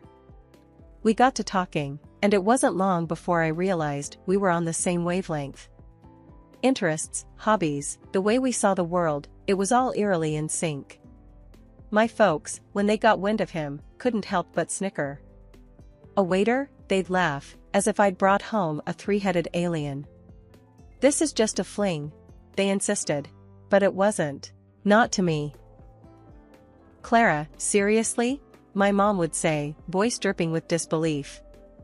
You could have anyone, and you choose a waiter? I shot back. Yeah, because he's real. He gets me. Not like the stuffed suits you parade around. Dad wasn't thrilled either. You're playing house with a boy who serves drinks for a living, he'd grumble. But see, that's where they got it all wrong. Ethan wasn't about the money or the status. He was about living, really living. And that was everything I wanted. Look, Dad, I'm in love with him, I told them, standing my ground. Ethan's different. He's not caught up in all this. I waved a hand, encompassing the invisible weight of our family's expectations. They tried to laugh it off, shake their heads like I was just going through a phase. But I knew. Ethan was the real deal. The conversations we'd have, the way he'd look at me as if I was the only person in the room, it was something I'd never found in the glossy world I came from. So, when Ethan and I talked about taking the next step, it wasn't about the lavishness or the spectacle. It was about us, two people who'd somehow found each other against the odds. I was all in, ready to defy expectations and start a life with the guy who'd served drinks at a bar but ended up capturing my heart. Now, here's where things took a turn for the serious. Ethan, out of the blue, pops the question. And when I say pops the question, I mean in the most straightforward, Ethan-like way possible. No down on one knee drama, just straight up. Marry me, Clara? Took me a hot second to process, not gonna lie. But then, it was like everything clicked into place. Yeah, Ethan. Let's do it. I found myself saying, and just like that, we were on the fast track to tying the knot. Now, here's the kicker, from meeting to marrying, it was a whirlwind. Didn't even bring him home before we got hitched. I know, sounds crazy, right? But something about it felt right. Just us, moving forward together, no looking back. The wedding was nothing fancy, mind you. Kept it low-key, just close family. Dad, though, he couldn't quite mask that look of disbelief. Picture this, the big-shot business magnate, forced to watch his daughter say "I do" to a waiter, in a ceremony that probably cost less than one of his business lunches. But here's the thing, as much as Dad looked like he'd rather be anywhere else, when it came down to it, he came through. After the ceremony, he pulled me aside, and in his own gruff way, he said, "Congratulations, Clara." Sure, it might not have been the glowing approval I'd hoped for, but coming from him, it meant something. So there we were, me and Ethan, officially hitched. Despite the odds, the doubts, and the disapproving glares, we'd done it. Started our own little rebellion, built on nothing but love and a dash of defiance. The charm of my small apartment quickly gave way to the challenges of daily life. It was the kind of place that felt cozy to me, but seemed to take Ethan by surprise. One evening, as we maneuvered around the cramped kitchen, I tried to gauge his feelings about our living situation. "So, you're really okay with this place? It's a bit different from what you were expecting, right?" Ethan paused, a half-hearted attempt at a smile, crossing his face. "Yeah, it's snug. I mean, I didn't expect a palace, but this, it's fine, really. It's got character," he said, but his words carried a weight of unspoken thoughts. Our domestic life started showing cracks pretty early on. Ethan's aversion to household chores became a point of contention between us. It wasn't like he was overburdened with work, his part-time job left him plenty of hours in the day. "Ethan, the dishes are piling up. Can you help out a bit?" I asked one night, exhaustion seeping into my voice. "Ah, come on, Clara. You know I'm all thumbs with this stuff. Can't we just get takeout or something?" he replied, dodging the responsibility with a grin that was less charming by the day. The issue of career advancement, or my deliberate lack of it, became a recurring theme. Ethan couldn't understand my decision to remain in a non-leading role within my father's company. "Babe, you've got to think about the future. When are you planning to step up at work? There's so much potential for you there," Ethan pressed, his frustration growing. I sighed, the conversation feeling all too familiar. "Ethan, we've talked about this. I'm happy where I am. I don't need a title to find fulfillment." "But that's just it, Clara. You could have both, the title and the happiness." "You're not seeing the big picture," he argued, his patience thinning. The more we talked, the more disconnected we felt. One night, the conversation took a turn that left a deep mark on our relationship. "Ethan, understand that I'm not driven by the same things as you. I don't measure my worth by a job title or a fat paycheck," I tried to explain, hoping for some semblance of understanding. He looked at me, disbelief and frustration written all over his face. That's the dumbest thing I've ever heard, Clara. You're sitting on a goldmine of opportunity, and you're too blind to see it, he exclaimed, his words cutting deep. Is that what you think of me? That I'm blind? Stupid? I shot back, the hurt clear in my voice. No, Clara, I just think you could do so much more, Ethan said, his voice softening, but the damage was done. Our once peaceful home became a battleground of ideals and expectations. The man I married, who shared my dreams of simplicity and genuine connection, seemed to have vanished, replaced by someone I no longer recognized. The day had been long, the kind that drags your spirits down with every passing hour. I was looking forward to nothing more than kicking off my shoes and collapsing on the couch. But the universe, it seemed, had a different plan in store for me. The moment I stepped into our apartment, my heart sank. Water. Everywhere. The neighbors above had managed a spectacular feat of indoor plumbing failure, effectively turning my modest living space into a shallow swimming pool.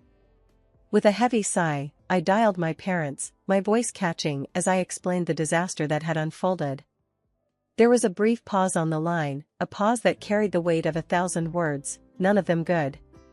But then, Dad's voice cut through the silence, a rare note of warmth softening the edges of his usual sternness.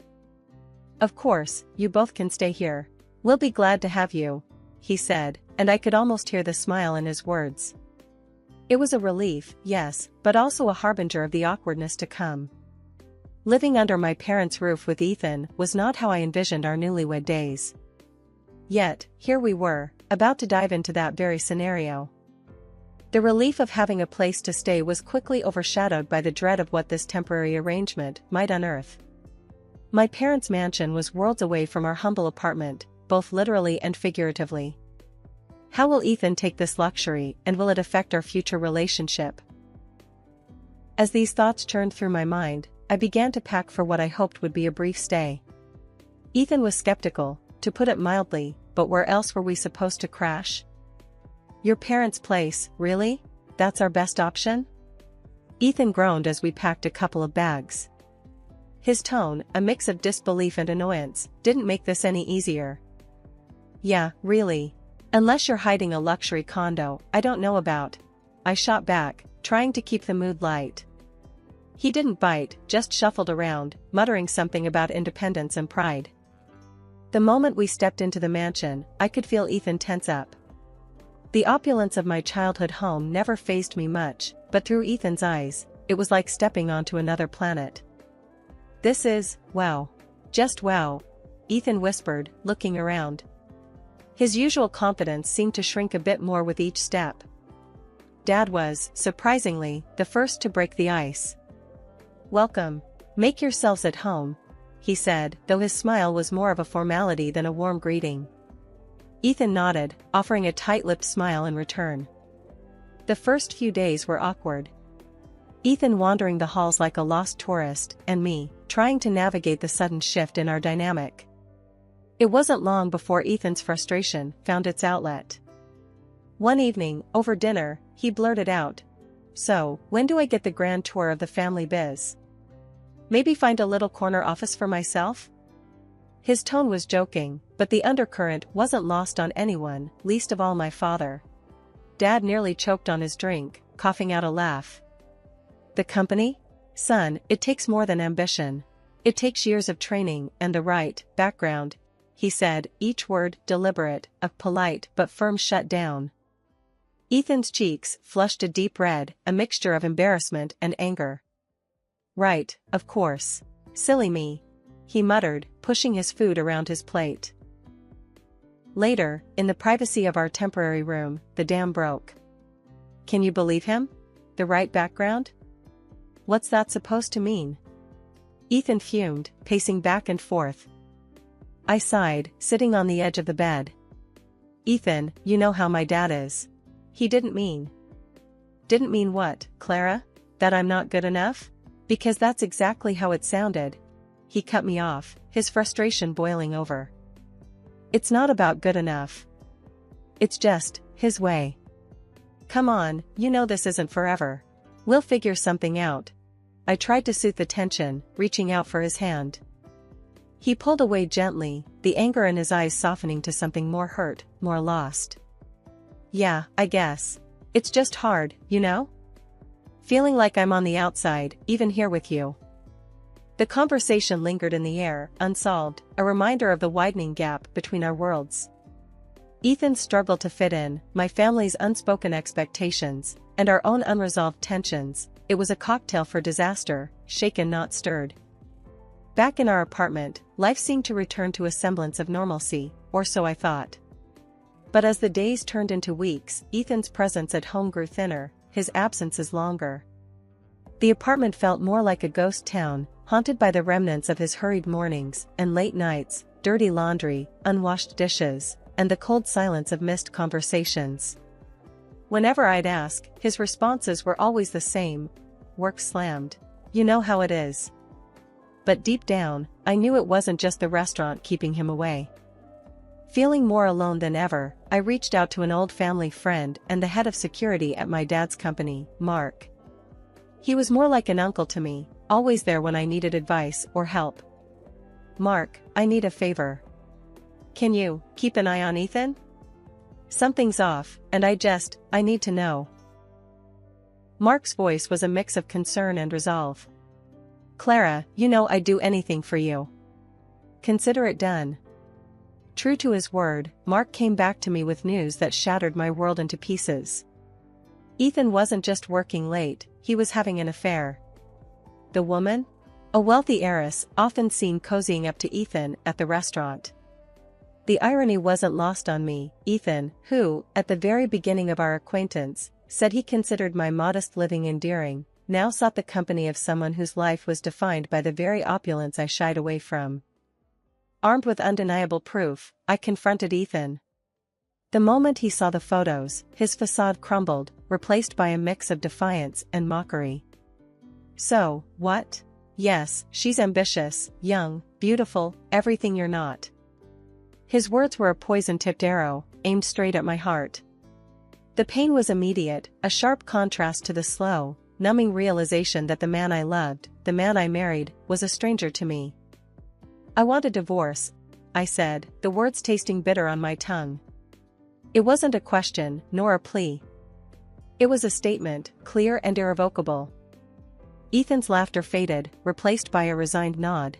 Fine. As simple as that, our marriage was over. The divorce proceedings were a blur, a period marked by signatures and silent meals, each of us lost in our own thoughts.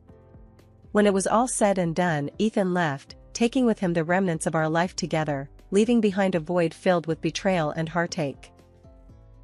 When I told my parents about the divorce, they were, well, more relieved than anything. We never did see what you saw in him, Dad said, barely hiding his satisfaction over the end of my marriage to Ethan.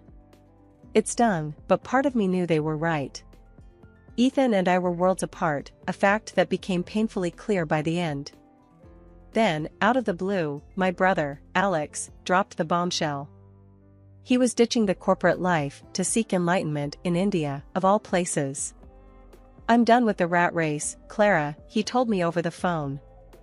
I need something more, something real. I remember pacing around my now too quiet apartment, phone pressed to my ear, trying to talk some sense into him. But the company? Dad? You're just going to leave all that behind? It's not my path, Clara. I thought it was, but I was wrong.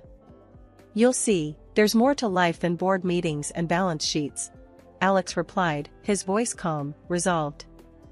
Dad was beside himself. With Alex out of the picture, he turned to me. Clara, you're all I have left. I need you to step up, he said, desperation creeping into his usually unflappable demeanor. Me? Dad, I don't know the first thing about running a company. I can barely manage my own life, I protested, the idea of filling my brother's shoes nothing short of terrifying. You're smarter than you give yourself credit for. Give it a try, for me, Dad urged. So, I did. With more than a little trepidation, I started as his deputy. Every day was a steep learning curve, filled with meetings I didn't understand and decisions I felt unqualified to make. But as time went on, something strange happened. I started getting the hang of it. Dad, I think we should reconsider our strategy on the Henderson project. If we pivot now, we can save the investment, I found myself saying during one of our strategy sessions. Dad raised an eyebrow, mulling over my words. You know what, Clara? That's not a bad idea at all. Let's do it. To my own surprise, my advice paid off. The Henderson project became one of our biggest successes that quarter. Slowly, I began to see the potential Dad saw in me. I made decisions, navigated complex negotiations, and, bit by bit, started to enjoy the challenge. One evening, after reviewing the company's quarterly results, which were better than they'd been in years, Dad looked at me, a mix of pride and astonishment on his face. You know, Clara, we're on the rise, and it's all thanks to you. You've got a knack for this, a real instinct for business. Hearing that from Dad, considering all my initial doubts and fears, was a moment of unexpected validation. I was making a difference, finding my place in a world I never thought I'd belong to. Looks like I found my successor after all, Dad said, his voice thick with emotion. After everything settled into a new kind of normal, out of nowhere, Ethan popped back up into my life, or at least he tried to, through social media. His messages were something else, boasting about his flashy new life, flaunting pictures with his fancy cars, and those trips to places that looked more like magazine covers than real spots. The guy had a nerve, especially tossing in those jabs, calling me outdated, a loner destined to stay buried in paperwork at some desk. It was almost funny, how he thought his words would cut deep. Maybe once they would have, but not anymore. I've climbed my way up, sitting in the director's chair at my father's company, a position he mocked me for not wanting, yet here I was, excelling. I didn't bother clapping back or setting him straight about where I stood now. What was the point? Instead, I hit the block button. But Ethan, ever the persistent one, kept coming back with new accounts, spewing the same old spiel. That's when I figured it was time for a bit of déjà vu. I reached out to Mark, our head of security. Mark, it's showtime again. Can you do me a favor and keep tabs on Ethan? I've got a hunch he's all talk. Mark was on it, no questions asked. The report he brought back had me in stitches. Ethan, living the high life? More like playing pretend. Turns out, his extravagant lifestyle was just smoke and mirrors, the fancy cars rented for show, those luxury vacations?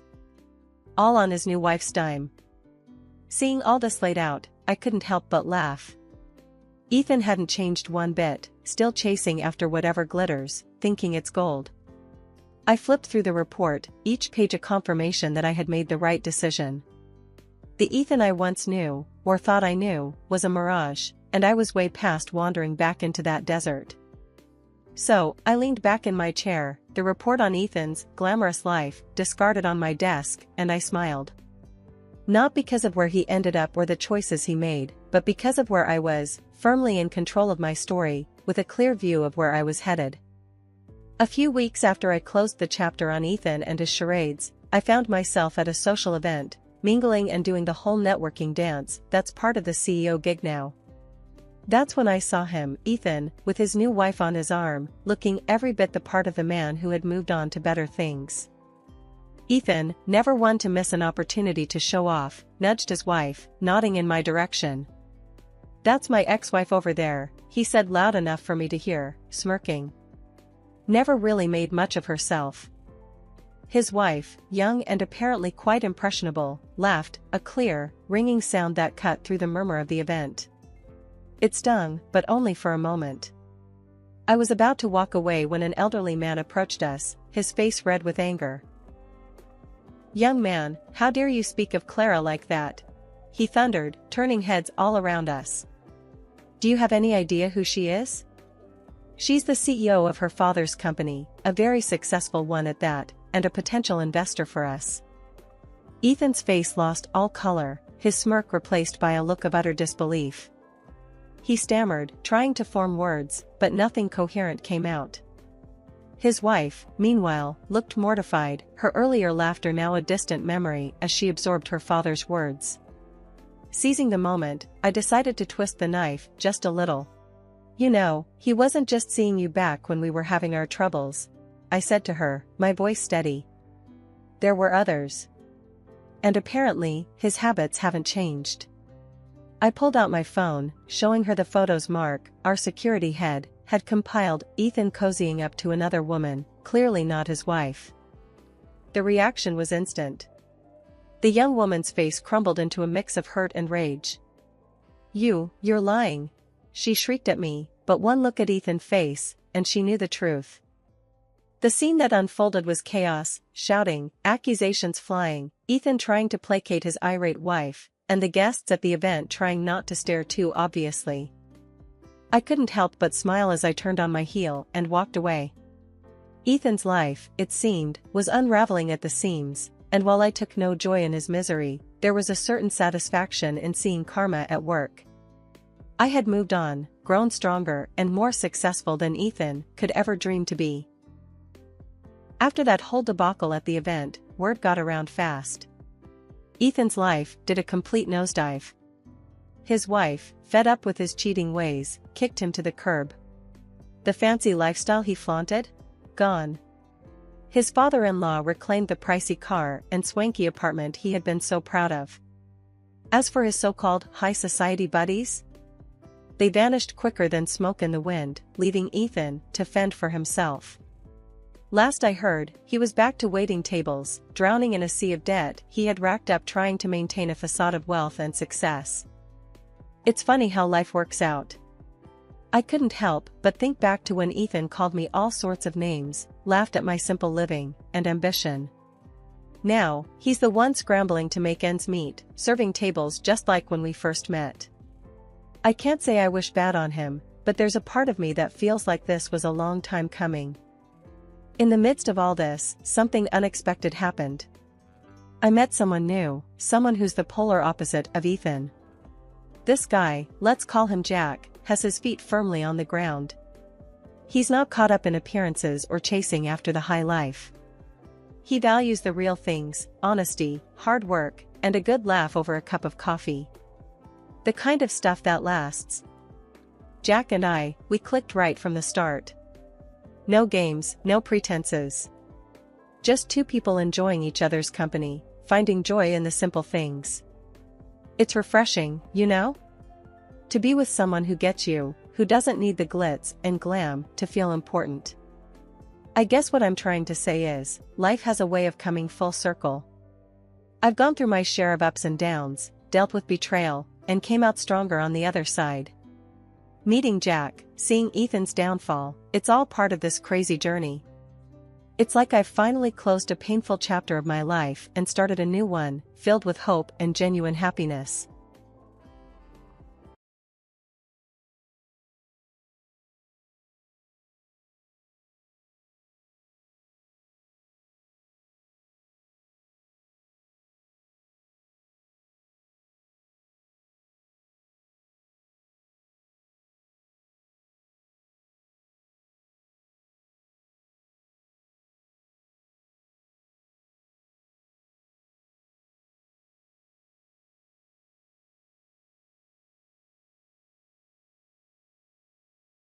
Your son can wait.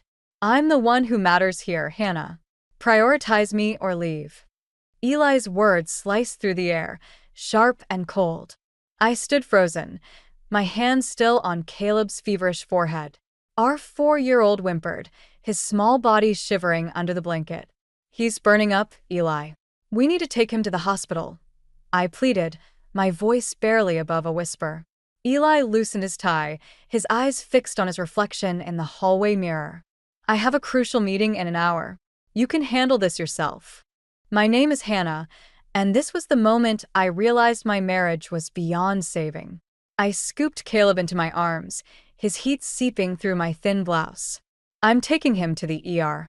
Don't wait up. Eli's hand clamped around my wrist as I reached for the car keys. You're not going anywhere. What will people think if they see you out this late, looking like that? I yanked my arm free, anger rising in my chest. Like what, Eli? Like a mother caring for her sick child. His nostrils flared. Like a woman who can't keep her house in order. It reflects poorly on me. Mommy, Caleb whimpered, burying his face in my neck. I grabbed the keys and headed for the door. Eli's voice followed me, a low, menacing growl. If you leave now, don't bother coming back. The cool night air hit my face as I stepped outside, Caleb clinging to me like a lifeline. I buckled him into his car seat, my hands shaking. As I pulled out of the driveway, I caught a glimpse of Eli in the window, his face a mask of indifference. How had we come to this? The charming man I'd fallen in love with seemed like a distant memory, replaced by this cold, uncaring stranger. The hospital waiting room was a blur of fluorescent lights and worried faces. I filled out forms on autopilot, my mind racing. How long had I been ignoring the signs? The subtle put-downs, the constant criticism, the way he'd slowly isolated me from friends and family. Mrs. Walker. A nurse called my name, jolting me back to reality. We're ready to see Caleb now. As the doctor examined my son, I made a silent vow. This ends now. No more excuses, no more second chances. Caleb deserves better. I deserve better. My phone buzzed with a text from Eli. I expect dinner when I get home. Don't disappoint me again.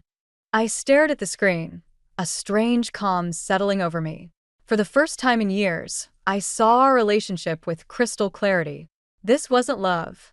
It was control, manipulation, and fear. Your son has a severe ear infection, the doctor explained, writing out a prescription. He'll need antibiotics and plenty of rest. I nodded, cradling Caleb close. Thank you, doctor. We'll follow your instructions carefully. As we left the hospital, the first rays of dawn were breaking over the horizon. A new day, a new beginning. I kissed Caleb's forehead, now cooler to the touch. Where are we going, Mommy? He asked sleepily. I smiled, a plan already forming in my mind. We're going on an adventure, sweetheart. Just you and me. I pulled out my phone and dialed a number I hadn't used in far too long. Mom? It's Hannah. I need your help. As I drove towards my parents' house, I felt a weight lifting from my shoulders. The road ahead would be difficult, but for the first time in years, I felt hope. Eli had underestimated me for the last time. Now it was my turn to show him exactly what I was capable of. The morning sun filtered through the curtains as I sat at my parents' kitchen table, nursing a cup of coffee. Caleb's soft snores drifted from the guest room where he slept peacefully, his fever finally broken.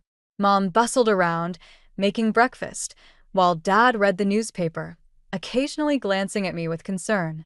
Hannah, sweetheart, Mom said, setting a plate of eggs in front of me. You need to eat something. I nodded, forcing myself to take a bite. The events of the past few days swirled in my mind, a chaotic blend of fear, anger, and an unexpected sense of liberation. Have you heard from Eli? Dad asked, his voice gruff with barely concealed anger. I shook my head. No, and I don't want to. I've blocked his number. Mom sat beside me, her hand warm on my arm. You did the right thing, Hannah. No one deserves to be treated that way.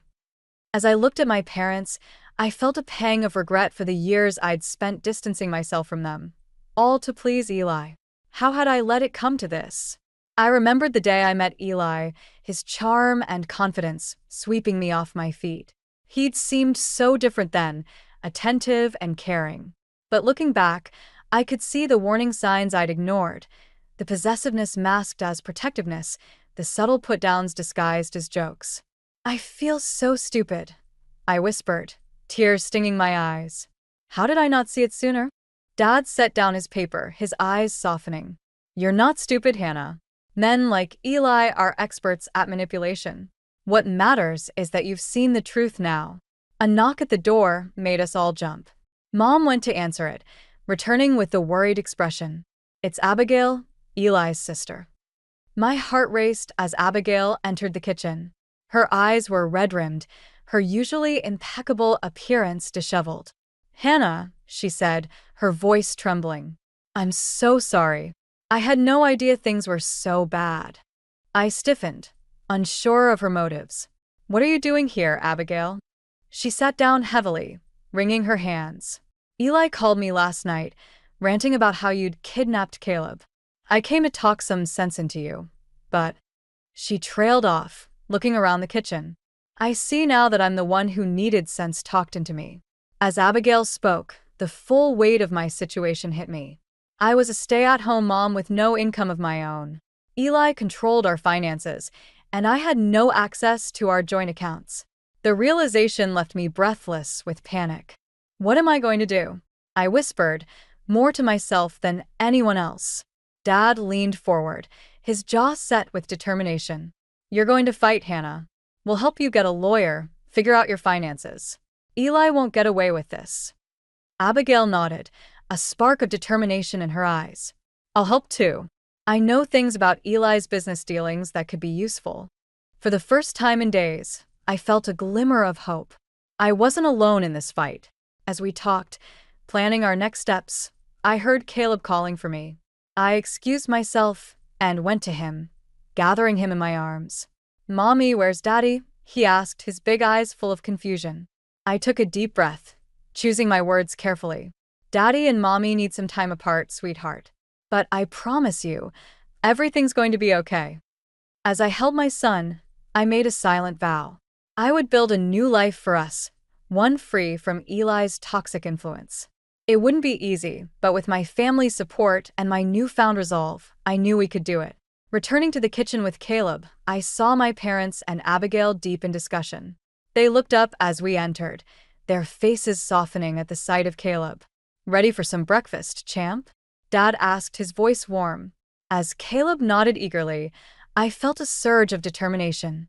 This was just the beginning of our journey, but for the first time in years, I was excited about what the future might hold.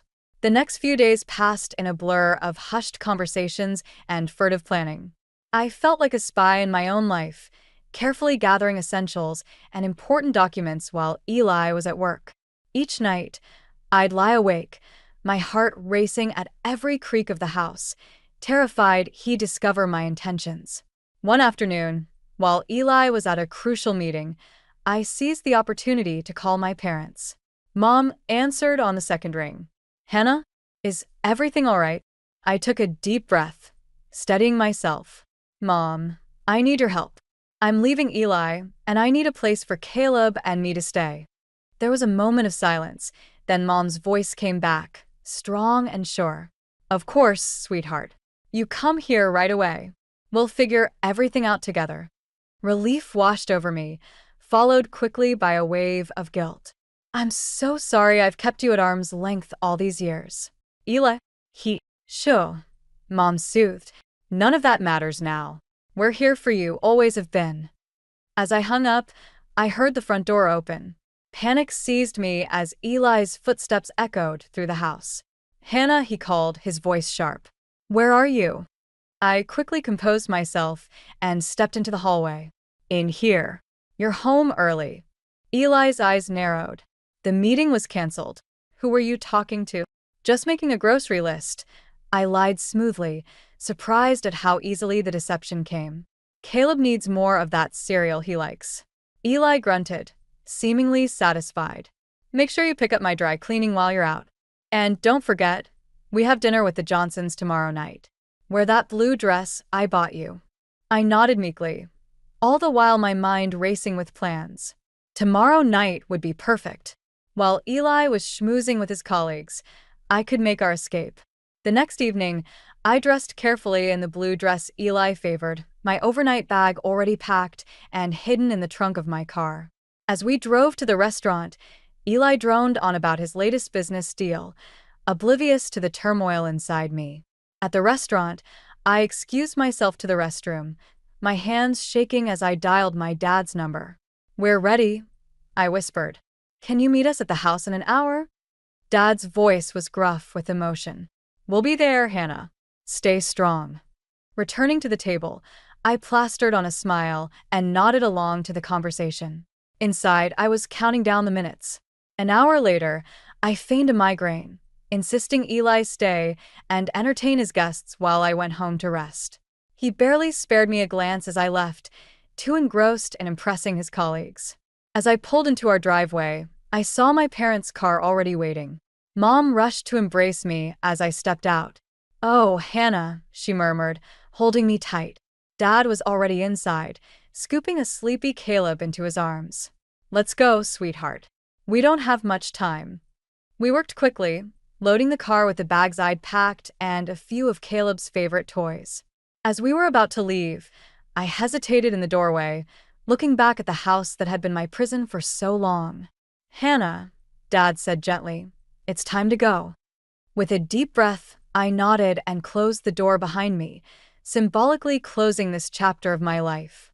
As we drove away, Caleb stirred in the back seat. "Mommy, where are we going?" I reached back to squeeze his hand. "We're going on an adventure, sweetie. Everything's going to be okay now." Looking in the rearview mirror, I saw my parents' car following close behind, a physical representation of the support I denied myself for too long. For the first time in years, I felt a glimmer of hope for the future. As we turned onto the highway, leaving our old life behind, I felt a weight lift from my shoulders. The road ahead was uncertain, but I knew with unwavering certainty that it led to a better life for Caleb and me. The first rays of sunlight crept through the curtains of my childhood bedroom, now a sanctuary for Caleb and me. It had been a week since our escape, and each morning I woke with a mixture of relief and anxiety. Today, however, a new emotion stirred within me: determination. I tiptoed past Caleb's sleeping form and made my way to the kitchen, where Mom was already brewing coffee. "Morning, sweetheart," she said, sliding a mug towards me. "Sleep well?" I nodded, wrapping my hands around the warm ceramic. "I think it's time I started looking for a job." Mom's eyebrows shot up. "Are you sure? There's no rush, Hannah. You and Caleb can stay here as long as you need." "I know, and I'm grateful," I said, "but I need to start building a life for us. I can't hide forever." As if on cue, Dad walked in, newspaper tucked under his arm. "I might have something for you," he said, pulling out a folded section. "The community center's looking for a part-time administrative assistant. It's not much, but it's a start." I scanned the ad, hope blooming in my chest. "This is perfect. Thank you, Dad." The next few days were a whirlwind of activity. I polished my resume, bought a secondhand suit from a thrift store, and practiced interview questions with Mom. All the while, I kept one eye on my phone, half expecting it to explode with angry messages from Eli. But there was nothing. The silence was almost more unnerving than his rage would have been. The morning of my interview, I stood in front of the mirror, barely recognizing the woman staring back at me. Gone was the meek housewife Eli had molded. In her place stood someone stronger, more determined. "You've got this," I whispered to my reflection. As I walked into the community center, my confidence wavered. It had been years since I'd worked outside the home. What if I'd forgotten how to be professional? What if they saw right through me? "Hannah Walker?" A kind-faced woman approached, hand outstretched. "I'm Sandra, the center director. Thank you for coming in." The interview flew by in a blur of questions and answers. To my surprise, I found myself speaking passionately about my desire to contribute to the community and build a better future for my son. "Well, Hannah," Sandra said as we wrapped up, "I think you'd be a great fit here. When can you start?" I blinked, stunned. "Really? I mean, I can start anytime." "Thank you so much." As I left the building, my phone buzzed. My heart leapt to my throat when I saw Eli's name on the screen. "Where the hell are you?" His voice was cold, controlled. "I've been calling for days." I took a deep breath, steeling myself. "I'm not coming back, Eli. Caleb and I are safe, and that's all you need to know." "You can't do this," he hissed. "I'll find you. I'll dash." I hung up, my hand shaking but my resolve firm. Quickly, I dialed Dad's number. "It's done," I said when he answered. "He knows we're gone." Dad's voice was grave. "All right, I'll call the lawyer. We'll file for divorce and a restraining order first thing tomorrow." That night, as I tucked Caleb into bed, he looked up at me with wide, innocent eyes. "Mommy, when are we going home?" My heart clenched, but I managed to smile. "We're home, sweetheart. This is our new adventure, remember?" He nodded solemnly. "I like it here. Grandma makes good cookies." I laughed, feeling a weight lift from my shoulders. She sure does. And you know what? Mommy got a new job today. Things are going to get even better, I promise. As I closed Caleb's door, I heard Mom and Dad talking in hushed tones downstairs. The road ahead would be challenging, but for the first time in years, I felt truly alive. Eli had underestimated me, thinking I'd crumble without him. But he'd forgotten one crucial thing: a mother's love is the most powerful force in the world. And I was just getting started. The doorbell's chime cut through the peaceful Saturday morning, startling me from my coffee-induced reverie. I exchanged a worried glance with Mom before approaching the door cautiously. My heart nearly stopped when I saw who was standing on the porch. Abigail, Eli's sister, stood there, her usually immaculate appearance slightly disheveled. Her eyes were red-rimmed, and she clutched her purse like a lifeline. "Hannah," she said, her voice barely above a whisper.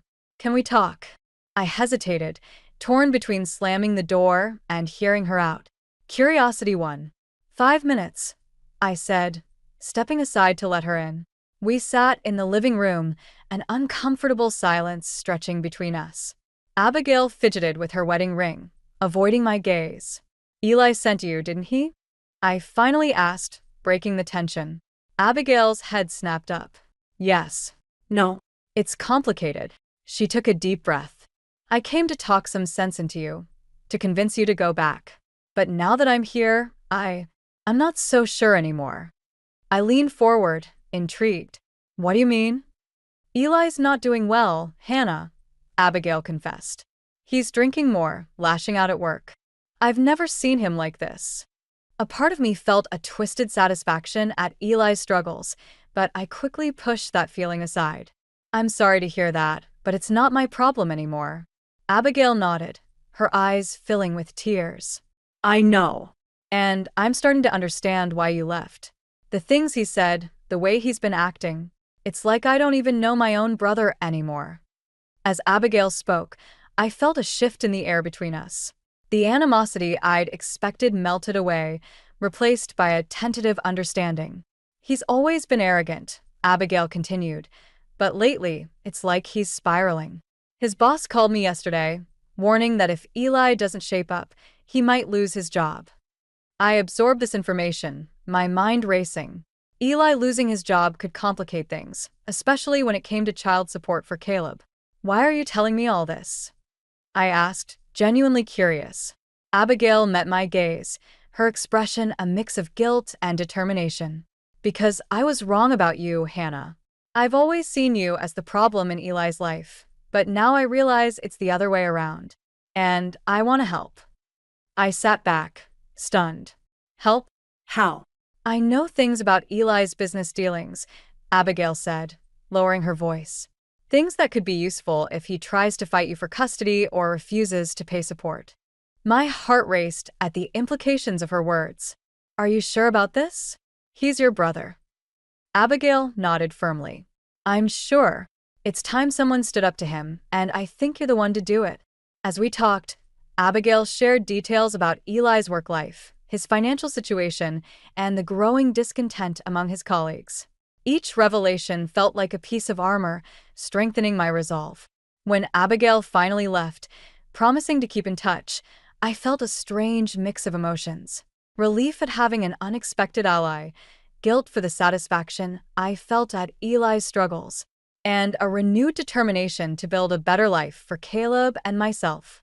Mom appeared in the doorway, concern etched on her face. "Everything okay, sweetheart?"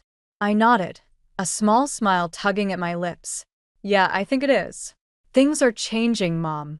And for once, it feels like they're changing in our favor." That night, as I tucked Caleb into bed, he asked about his father for the first time since we'd left. "When will Daddy come see me?" My heart clenched, but I kept my voice steady. "I'm not sure, sweetie. But you know what? You and I are going to have so many adventures together, you won't even notice." As I closed Caleb's door, I felt a surge of determination. Eli had underestimated me, thinking I'd crumble without him. But with my family's support and now Abigail's unexpected alliance, I was stronger than ever. Tomorrow, I call my lawyer. It was time to take control of our future, once and for all. Eli's reign of emotional tyranny was over, and a new chapter was beginning. One where I held the pen. The sharp knock on the door sent a jolt through me. I knew who it was before I even reached for the handle. Taking a deep breath, I steeled myself and opened the door. Eli stood there, his once immaculate appearance now disheveled. His eyes, bloodshot and wild, bore into mine with a mixture of anger and desperation. "Where's my son?" he demanded, pushing past me into the house. I closed the door, my heart racing but my voice steady. "Caleb's at school, Eli. What are you doing here?" He whirled around, his face contorted with rage. "What am I doing here? You took my son and disappeared. I'm here to take you both home." "This is our home now," I said, surprised by the calmness in my voice. "Caleb and I aren't going anywhere with you." Eli's laugh was bitter, bordering on hysterical. "You can't do this, Hannah. You're nothing without me. How do you expect to survive?" I felt a surge of anger, but also pity. This man, once so powerful in my eyes, now seemed small and pathetic. "I'm doing just fine, Eli. I have a job, a support system, and most importantly, I have my self-respect back." His eyes narrowed. "A job? Don't make me laugh. What could you possibly do?" I straightened my shoulders, meeting his gaze. "I'm an administrative assistant at the community center. It's not glamorous, but it's honest work, and I'm good at it." Eli scoffed, but I saw a flicker of uncertainty in his eyes. "You'll come crawling back when the money runs out. You always do." "Not this time," I said, my voice gaining strength. "I've learned a lot about you, Eli. About your work, your finances. Abigail's been quite informative." The color drained from his face. "Abigail? What are you talking about?" I took a step closer, emboldened by his reaction. "I know about the creative accounting, Eli. The offshore accounts. How long before your bosses figure it out?" Eli's composure cracked. He lunged forward, grabbing my arm. "You don't know what you're talking about. Let go of me," I said, my voice low and dangerous. "Or I'll call the police and tell them everything." He released me as if burned, stumbling backward. "You wouldn't dare." "Try me," I challenged. "I'm not the same woman you married, Eli. I won't be bullied or manipulated anymore." For a moment, we stood in silence, the air thick with tension. Then, something in Eli seemed to deflate. He sank onto the couch, head in his hands. "What happened to us, Hannah?" he asked, his voice barely above a whisper. I felt a twinge of sympathy, but I pushed it aside. "You happened, Eli. Your arrogance, your selfishness. You forgot that a marriage, a family, is about more than just you." He looked up, his eyes red-rimmed. "I can change. We can start over." I shook my head. "It's too late for that. I've moved on, and so has Caleb. We're happy here." "You can't keep my son from me," Eli said, a hint of his old anger returning. "I'm not," I replied. "You can see Caleb, but it'll be on our terms. Supervised visits, until you prove you can be the father he deserves."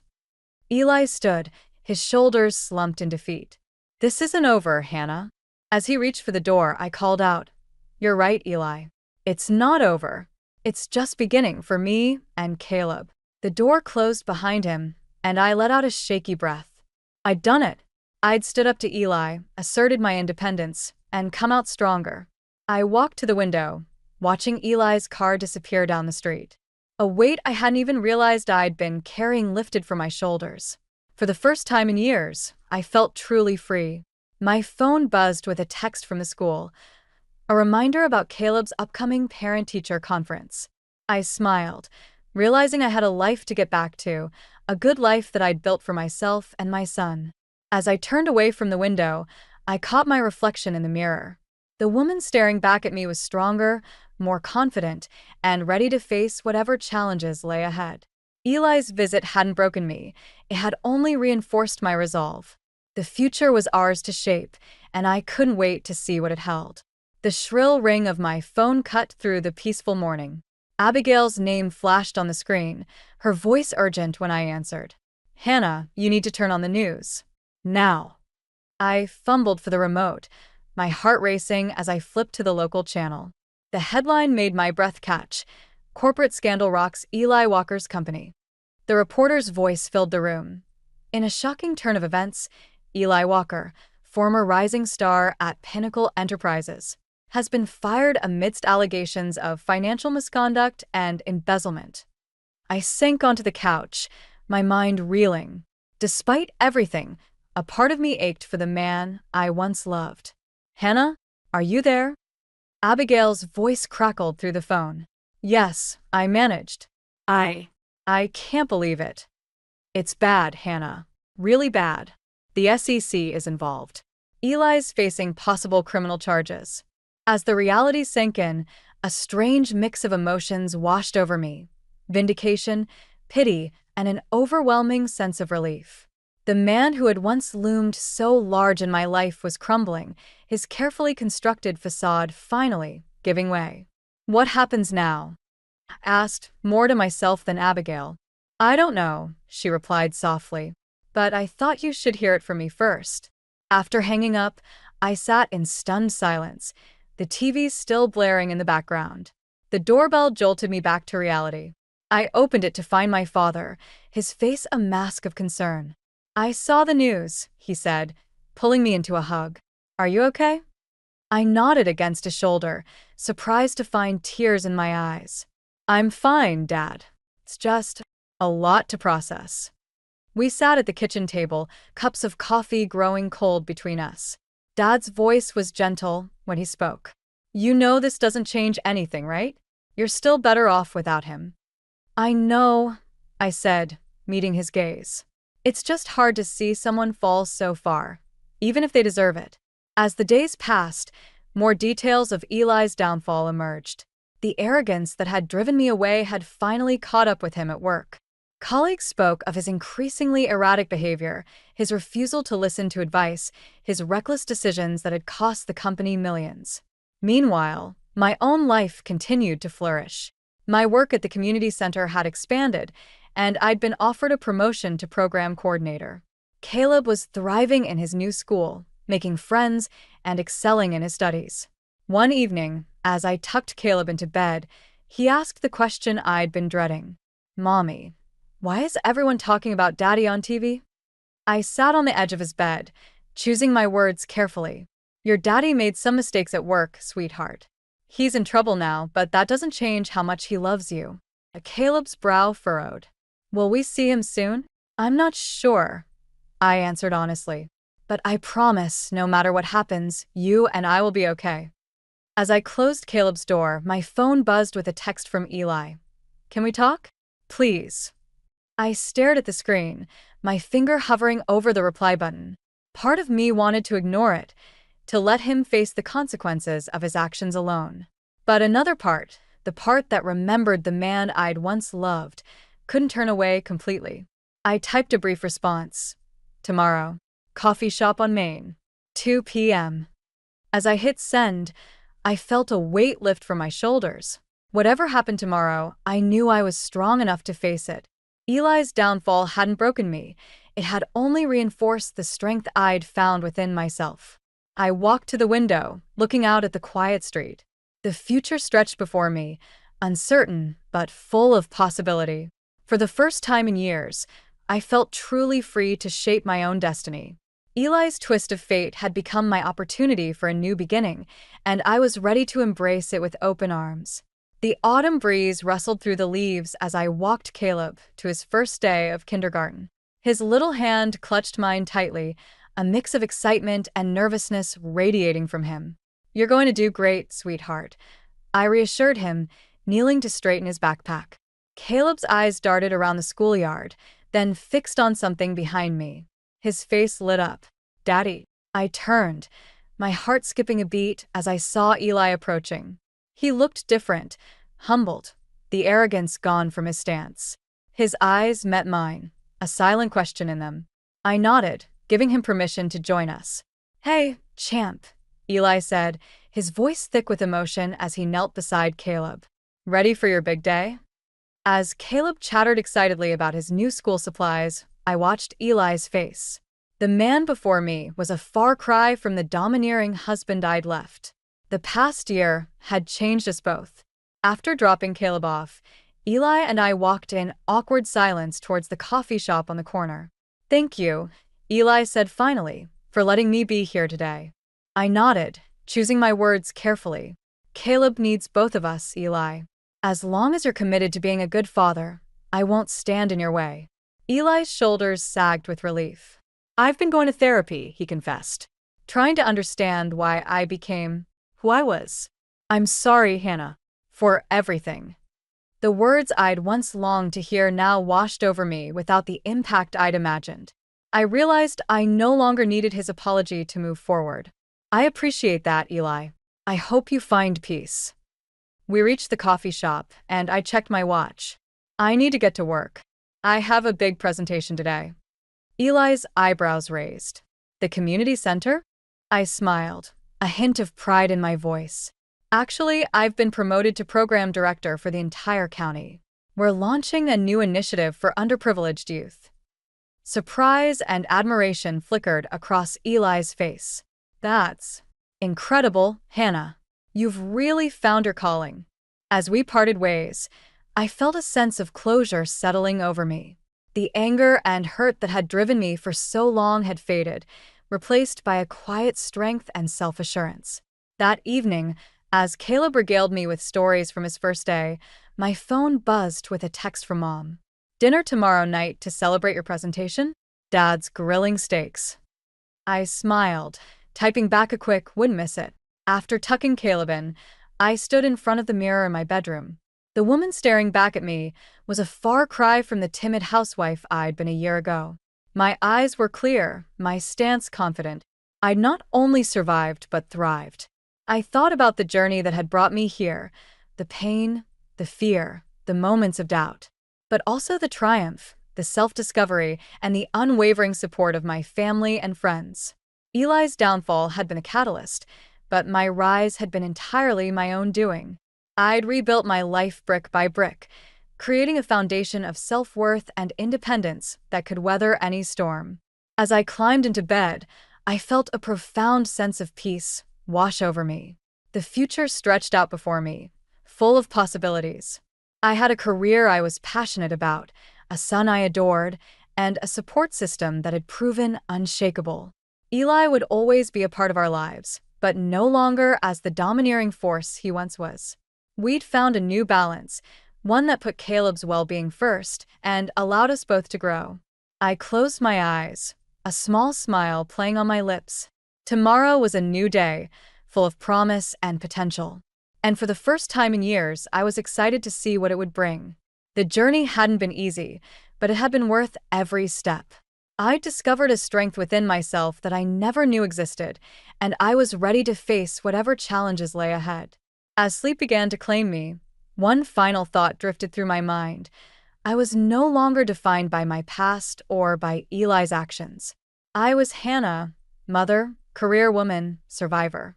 And my story was just beginning.